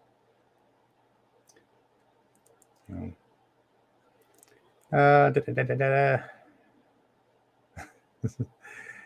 think I got way back. Yeah, I taken my Tegu outside. I have. She does okay. My Tegu, as soon as I take her outside, she wants to dig. She wants to just burrow as soon as she gets out there. So I'll sit there in the grass with her and just watch her dig and dig and dig and dig. Which is cool. We'll hang out for a little while. She gets some sun. Hey, Steve, how are you doing? Actually, I can't believe it's already 9:45 and I'm still on. I'm still awake. I can still see. I am off my ankle, so I don't have to worry about that. But, of course, you guys get to look at my sexy little frickin' mark right there. It was actually that little enclosure back there that I was working on. And I was down there on the bottom looking up, and I bumped it. And this thing right here, these are heavy, especially when it hits you in the eyebrow. So, yeah. I'm up here. I went from scratching up my arms with the monitor lizards to now I'm bashing myself in a moneymaker. You can't have that. I'm getting old. I got to hang on to every ounce of my youthful beauty and vigor that I can. What's left of it.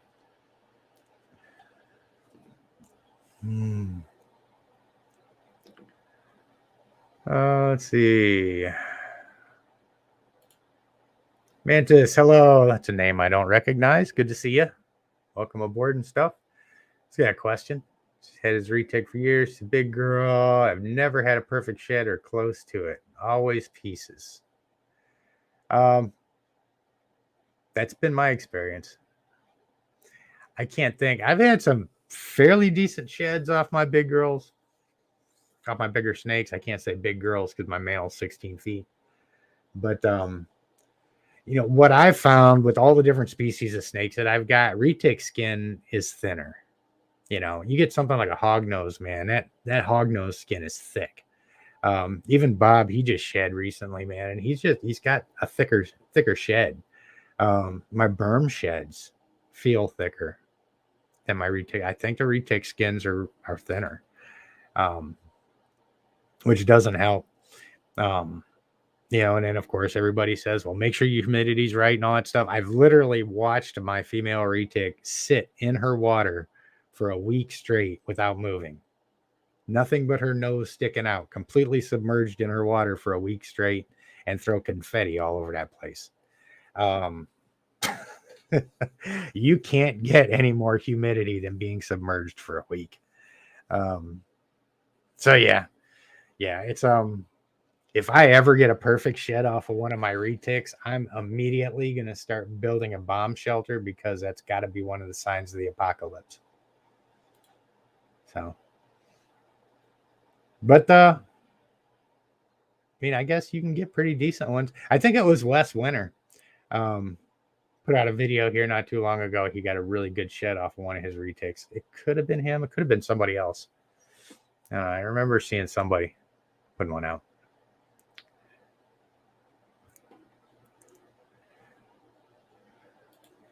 How's Bob? Bob was mad at me today. when I was working on the enclosures back there, he managed to get himself. He's discovered that he can just hide in the moss now. So when I go back there looking for him, a lot of times I can't even see him. Every now and then I'll see just his head sticking up out of the moss. And I had to get him out of it because I had to clean and square his stuff away and get him all misted down and stuff. And yeah, he didn't want anything to do with that. But the big difference is that, you know, before when I'd pull him out, he'd start throwing a hissy fit or something. You know, we're doing the whole handling, running there, all that other stuff. Yeah. I don't even do that anymore. I just go in. He throws a hissy fit. I just throw him on my neck and start cleaning his enclosure. And he'll run around my shoulders hissing and yelling at me and shit. And he finally calms down. And we've got an understanding now. He doesn't strike at me. But some snakes just don't want to be messed with.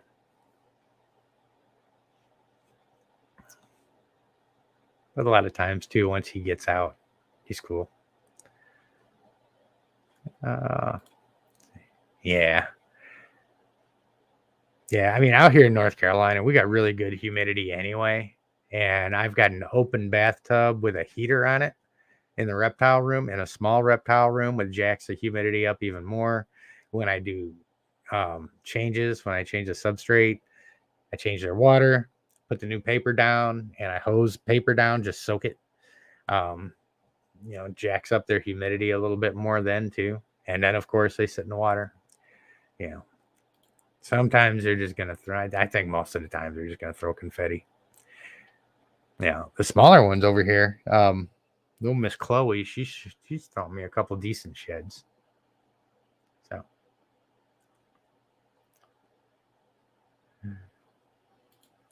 right. My retics are the only ones that have never given me a perfect shed. Every other species, a king snake, a hognose, my ball pythons, the boa, the Burmese, green tree python, even the rough scale green snakes up there have thrown perfect sheds. The last shed that I got off of Bob was great. I got a really cool shed from the Jag Pondro. It's actually right over my head. It's that brightest white piece of thing there. I found her shed in there coiled up just like her, which was really cool. So yeah, everybody else. Matter of fact, a lot of times my Tegu gives me more intact sheds than my retics do. And the monitor lizards don't count because they're just perma shed. They're always shedding something. But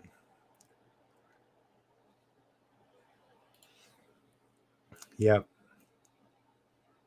Man, I got a lot of comments to catch up on, so I'm just going to go out here and refill my coffee again because it looks like we're going to be here for a hot minute. So if you guys will excuse me very quickly, I'm going to go fill this cup up, and I'll be right back.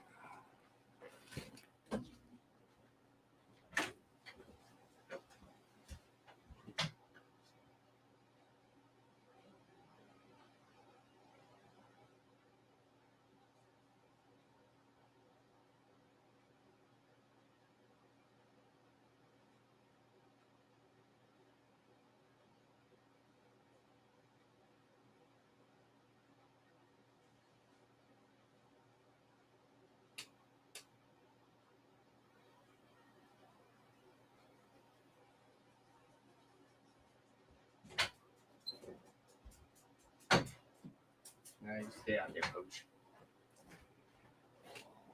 Okay. Good deal.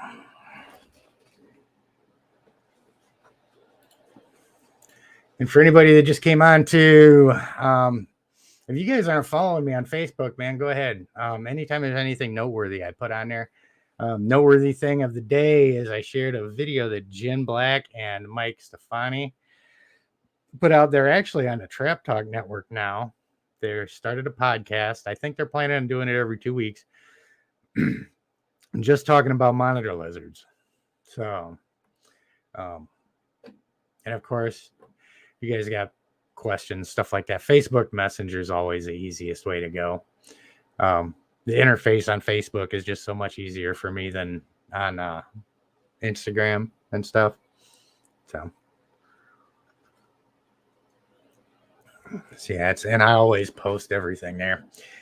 I post the links to the live streams before we go live on the Facebook page, any events that we do, anything pertinent that anybody needs attention, like USARK alerts and stuff like that.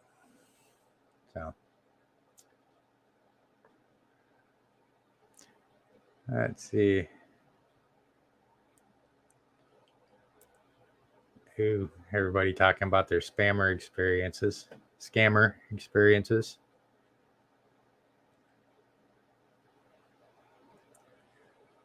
Oh, I've got a lot of these things to catch up with. So as I see questions and stuff like that, I will hit those.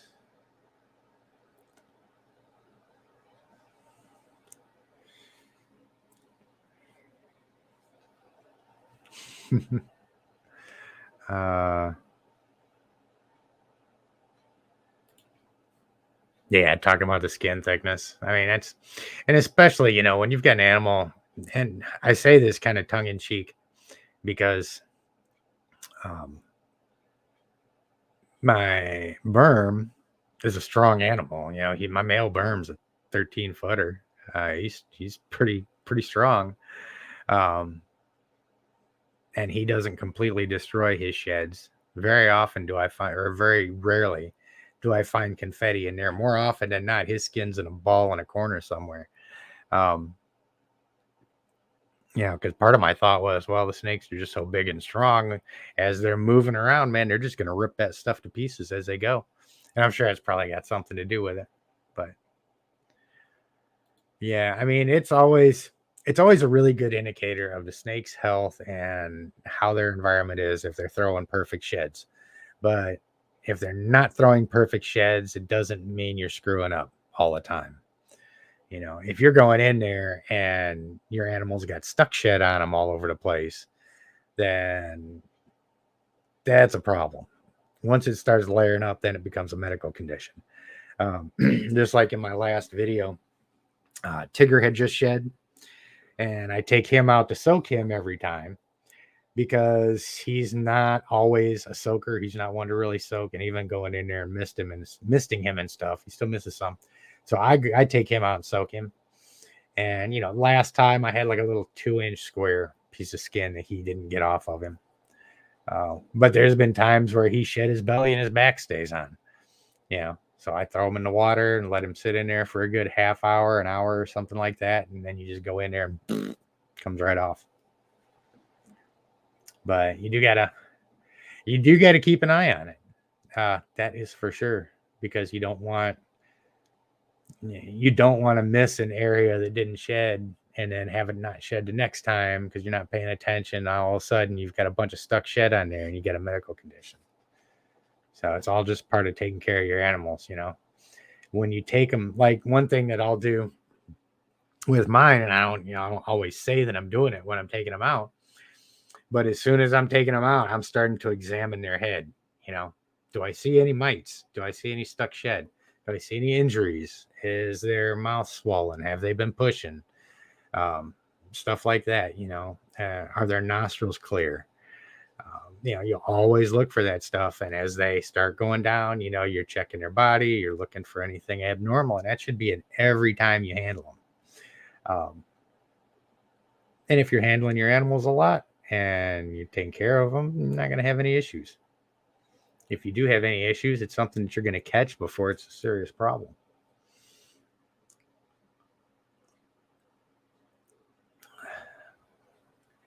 Let's see.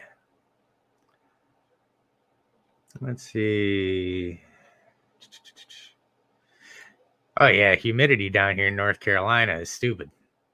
I work outside and, yeah, it sucks. I sweat all day. Well, not all day long because I work out of my vehicle, and at times that I'm on the site doing what I got to do, 15 to 30 minutes, I'm back in my vehicle doing paperwork, driving out to the next job. It's not too bad. But even still.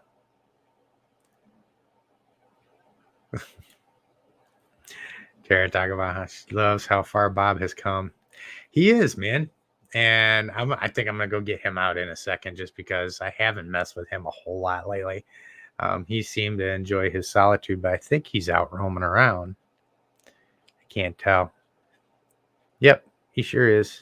So we're gonna take him out and see how big of a butt he feels like being. Hey, buddy. How you doing? Oh, you're moving around. I don't know why you're gonna act so tough. Ah, you just got moss all over the place. You monkey. What are you doing? Crazy ass. Oh, stop.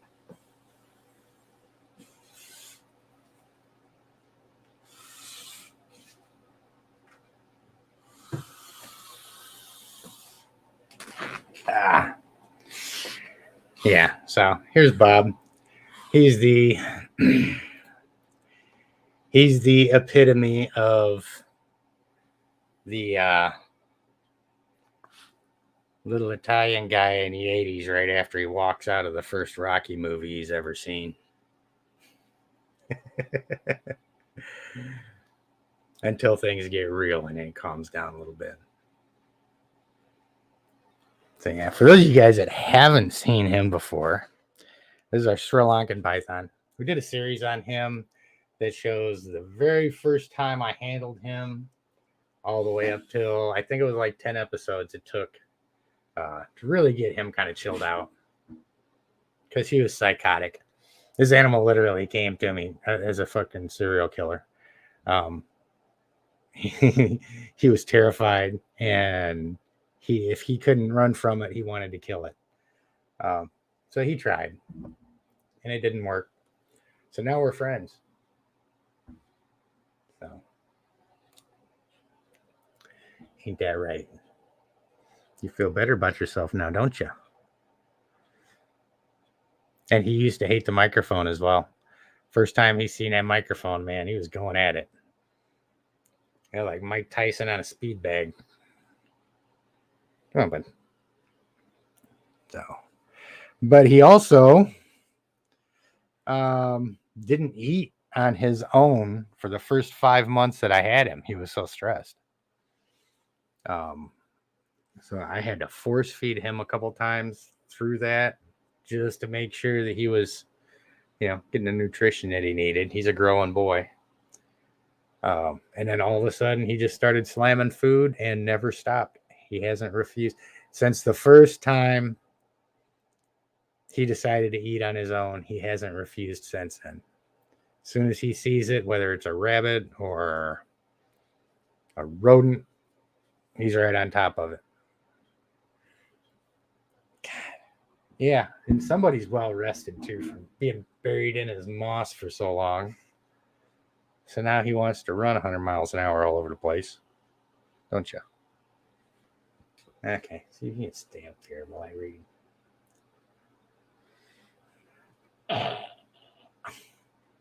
Really, bud? Y'all gonna watch me get choked out by a 3-foot snake here.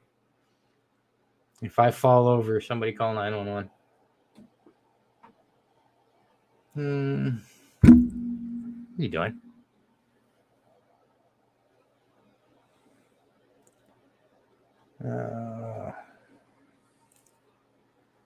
Yeah.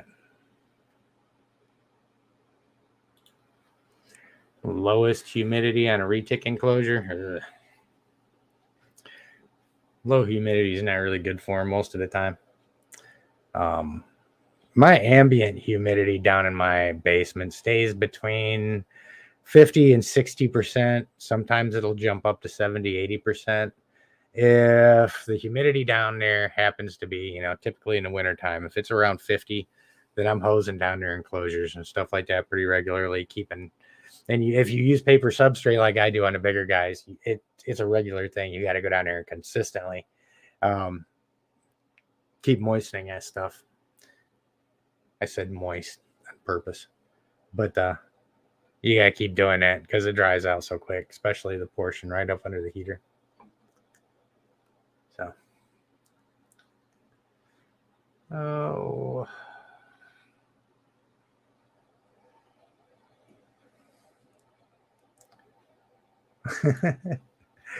Yeah, we still keep trying to get Bob to live up to his name. I don't know that he's ever going to be silent. But that's cool. I can respect that. He's a badass. He'll back it up. He'll go toe to toe with any human out there. He won't win, and he don't care. He just wants everybody to know he's badass.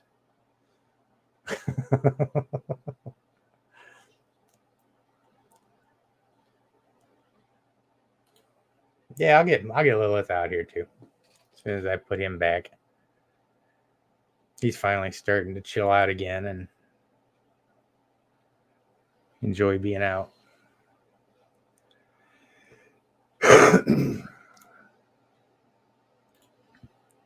Yep. Yeah, see, I can respect the psychotic part. Funny story. When we was going through Special Forces selection, we finished up, and at the end of that process, if there's any questions about your performance and things like that, then you got to go in front of a board and they ask you some questions. Maybe your performance wasn't as good. Maybe you had issues working with the team, attitude issues, stuff like that. Whatever it was, whatever the cadre noticed through the whole thing. If it's something that could go either way, they'll pull you into the board. They'll ask you the questions. A lot of times based on how you respond to it, if you have a rational explanation or something makes sense, then they'll decide to let you go forward or cut you out and say, peace, nice talking to you. But one of the guys from Ranger Bat that we went through with, and it was the craziest thing. Guy aced everything. I mean, like I said, he was already with Bat, so he was used to not eating and walking, trolling all the time and stuff like that, and PT and rucking and all that. So, I mean, the guy was a stud. He was good. He had a pretty good attitude, pretty quiet guy. And as we're all sitting around and they're calling out the people that are going to get boarded, they called his name. And we're like, why are they boarding this guy? I mean, what the hell do they want to talk to him about? And he comes back out after the board's done and all that stuff. And we're sitting around and he walks out and we're all kind of on the edge of our seat. We're like, dude, what did he say? What the hell's going on? He says, well, he said, it was a psychological board and they wanted to talk to me. They said I had the same profile, the same psychological profile as Charles Manson, and they wanted to find out what was up. And, we're all sitting there thinking this is a bad thing. We're like, oh, dude, we're sorry. That's what a shitty thing to get cut for. He's like, no, I didn't get cut. I said, welcome to SF. You'll make a great weapons sergeant. So, I don't know. There's no moral to that story. I just thought it was funny. So, yeah, same psychological profile as Charles Manson. And we all thought the guy was toast. And they're like, no, dude, you're good. Bring your A game. But I guess that makes sense because Charles Manson was a cult leader and a person influencer. And that's one of SF's jobs is to influence people and train them, stuff like that. So I'm sure it all worked out for the best. Oh, awesome. Thank you, Tara. Tara said that was the best series. She's talking about the Silent Bob series being the best one. Yeah, he probably has grown a bit. Like I said, he's been eating like a freaking cow. Every week he's slamming food. So.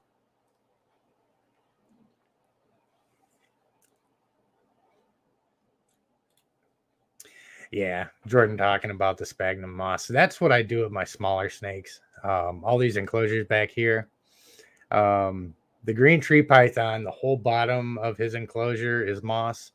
The enclosure for Bob and Athena back here, they're half moss and half paper. So I keep the paper and the hide under the heating element. and the moss is on the other side. And I keep that moss saturated. You know, you got to go in there and hose it down. So I do that. So they've got a place where they can go where it's dry and warm, and they've got a place where they can go where it's moist and they can hide and all that stuff. And they still got a water bowl that they can get into completely, which I like to do. Is, you know, have those big water bowls. I've got one snake right now. I've got to do an enclosure upgrade for. It's got one of the dog bowl water bowls, and I don't like it. Really need to get him a big enough water bowl in there that he can get in there. Let's see. Ah, there I go. See, way. What are you doing?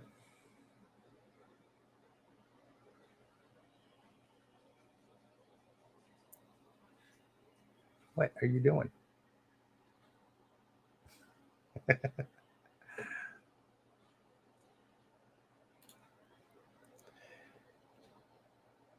Tara was saying she likes the talks about emotions in reptiles.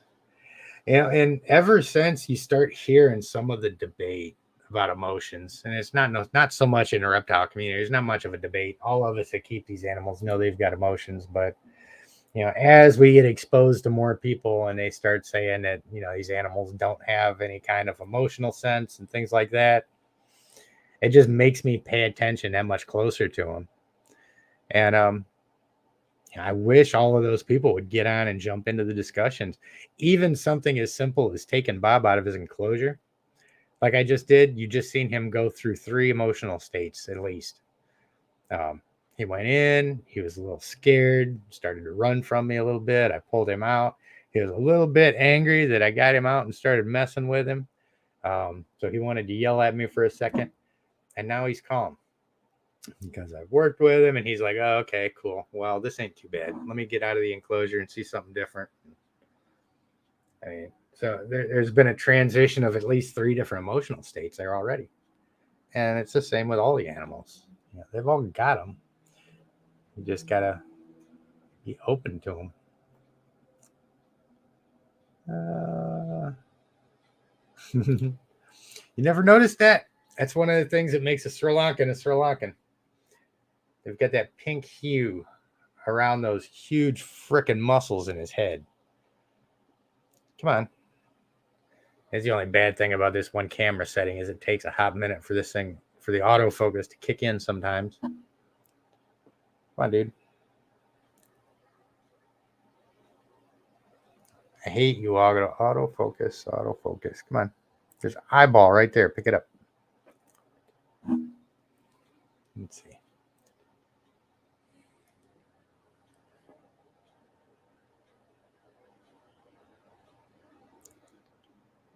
There we go.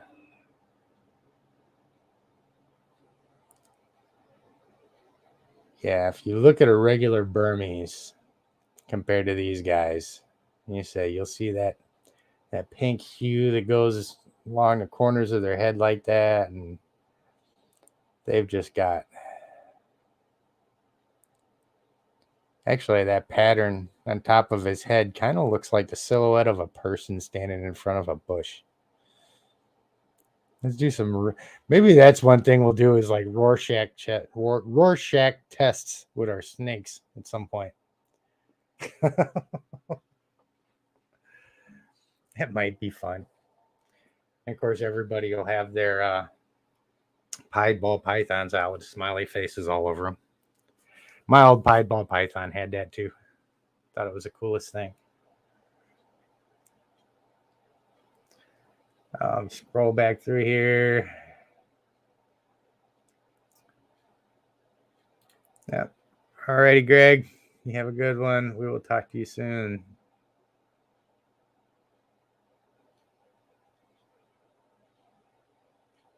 No, let's see. See if I can catch up on all these things.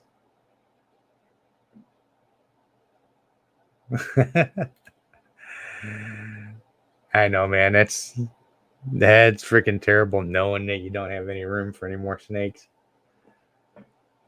I've got 2 open enclosures, and one of them's not even set up. One of them is kind of on its side right now, a little 4-footer.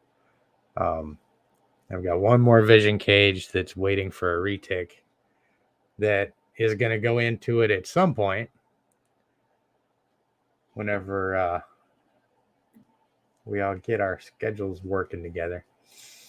Bob being a male, Sri Lankans being a little bit smaller. I think from everything I'm told, he's expected to get maybe the size of a BCI. So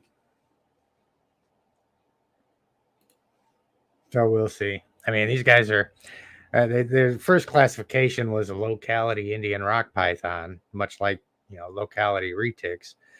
And then they ended up just reclassifying them to their own species.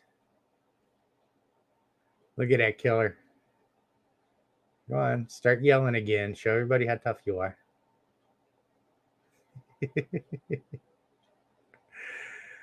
I'm not getting any tongue action though. So I would kind of like to see that. I think he's kind of annoyed. Are you annoyed, or are you gonna?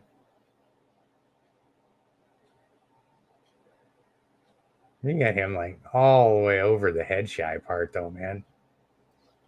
And it's so hard to show on here how much muscle this guy's got on his head. But God, it's insane. I mean, he's got 2 freaking water balloons. I should have called him Arnold. Okay, you got damn Arnold Schwarzenegger bicep jaws right here. I don't know how much you can see. You can't really see it too much. If we can.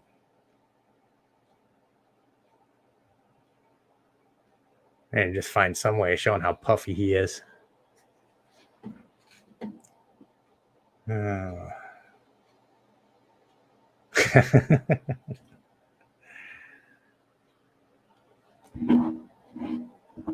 Okay. Well, I think it was Tara wanted to see Lilith come out. So I'm going to get her out real quick. I think we actually covered everything I was going to cover, but let me put him back. I'll get Lilith out. Let everybody see them. I know there's a couple new faces in here that may not have seen her, and I haven't made many videos with her. I've only made one, actually.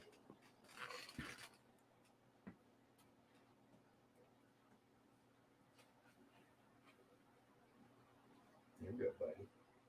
You're good. Yeah, go home. What are you doing?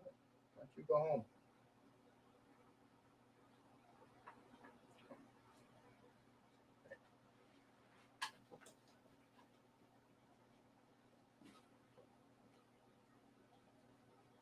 I'm feeding my Burmese right up underneath her. Right up underneath him. Ah, sorry. You touch your tail.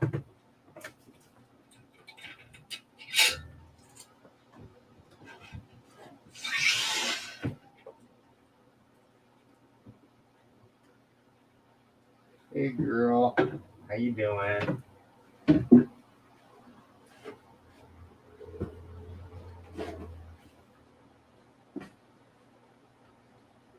I know. You know the drill. Come on, sweetie.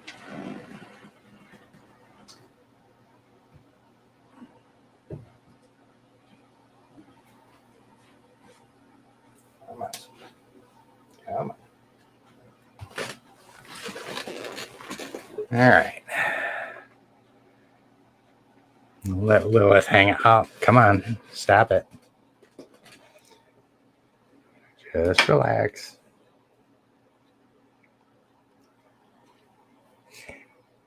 Now, this is one that I took in.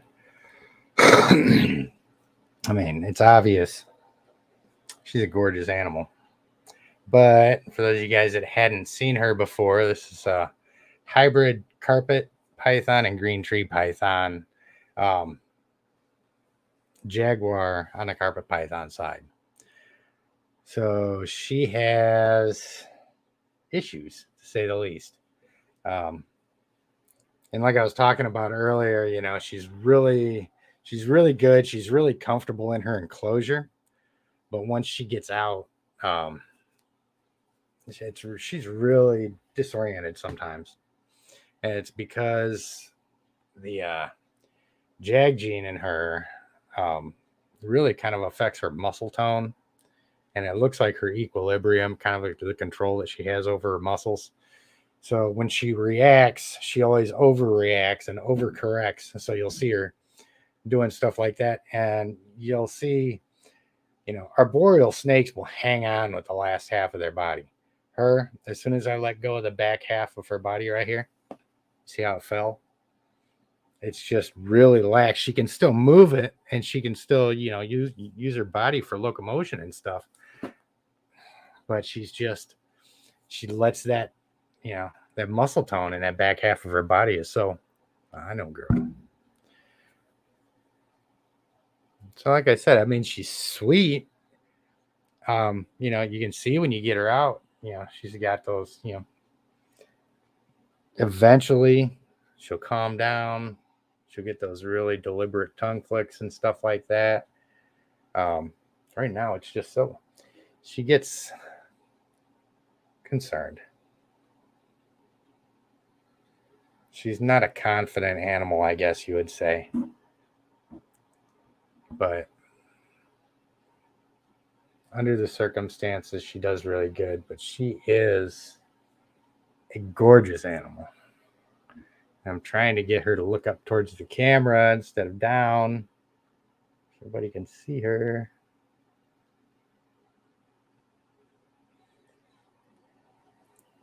There you go. And she just takes a little bit more attention, and like I said, that's why I don't take her out too much.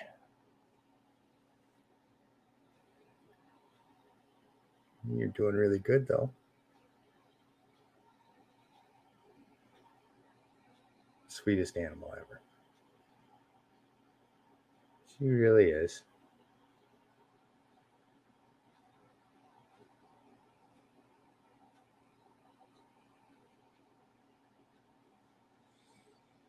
But we'll see here over the next couple of months. I think I may start working with her a little bit more, letting her out.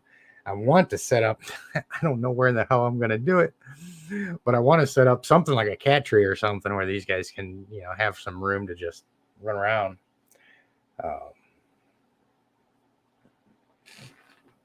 And I think that may do her some good to heighten her activity level, or it may not. Yeah. Oh, I think this stuff is a lot like metabolic bone diseases and like beardies and stuff like that. I mean, once they get it, they've got it. It's not going to get much better. But I mean, as far as everything else, like I said, I get good sheds out of her. She eats. Ain't that right? You're sweet, girl.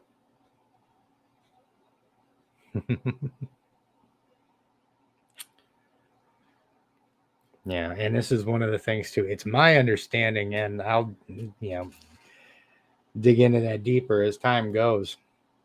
Because there's a lot of discussion about hybrids, you know, those bat eaters, which are berms and retics and stuff like that.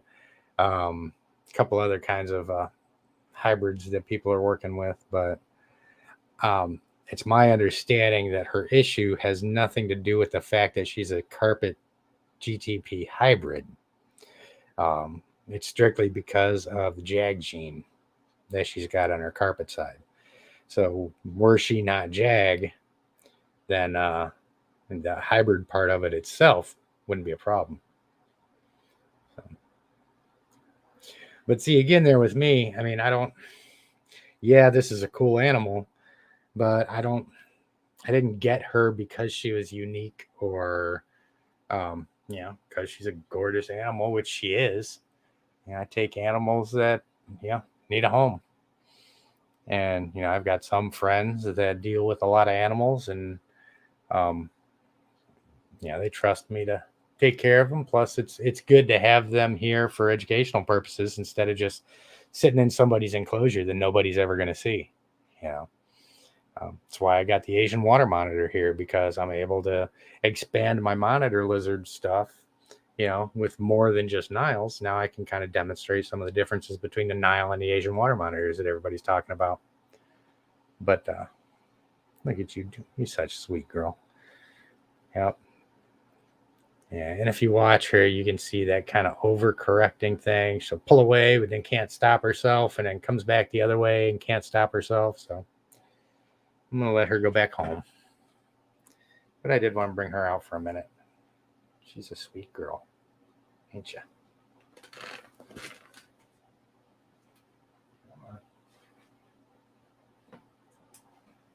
Let's put your hide back in there before we put you in there. How's that sound?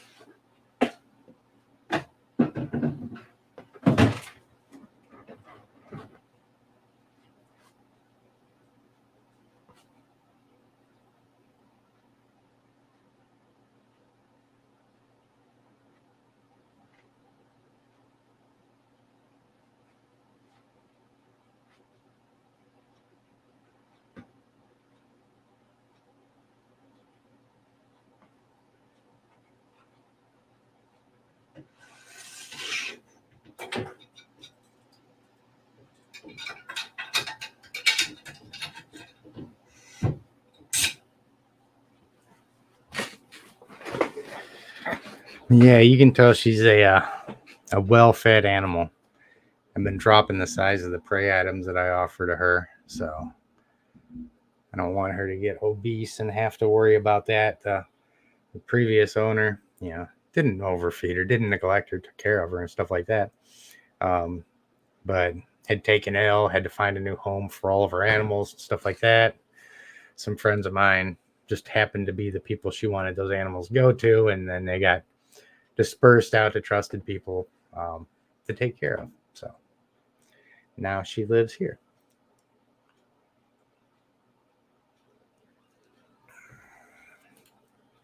Yeah, at some point, Tracy was saying she'd like to know more about the stuff with Jags. At some point, I need to do a real good deep dive into it and find out exactly what's going on with it. I'd like to put out some content at some point describing it.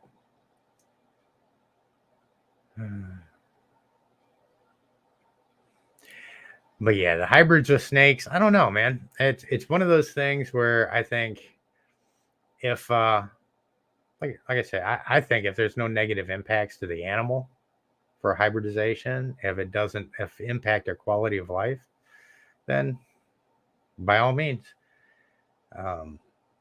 Thing is, man, is that animal breeding, I know a lot of good breeders. There's a lot of breeders out there that aren't so good. And it's I know some really good breeders that are getting out of it. I think just because of the nature of the business, kind of a double-edged sword with these things.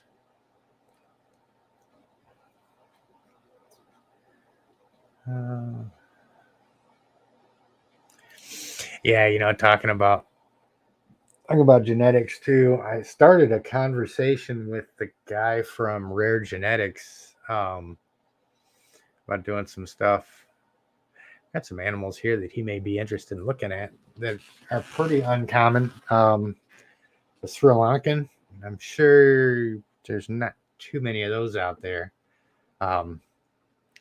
This Jagpondro, I know there was like at least one clutch of them. I don't know how many there are, but I know they're not terribly common.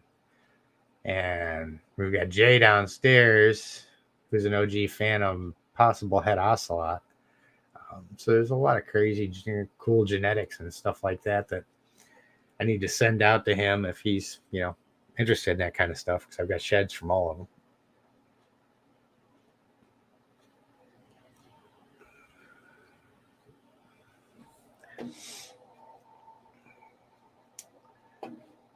Oh, yeah, I don't know who made the point, but that is a good point.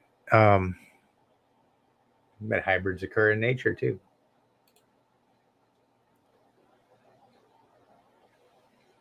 Yeah.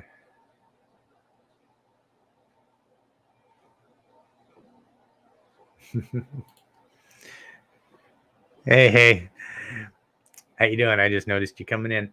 Oh yeah, I've got a normal female too. I was actually gonna go downstairs and bring my hognose and ball python and king snake up. Maybe I'll do that one of these days. Show a couple of the different animals that don't get out much.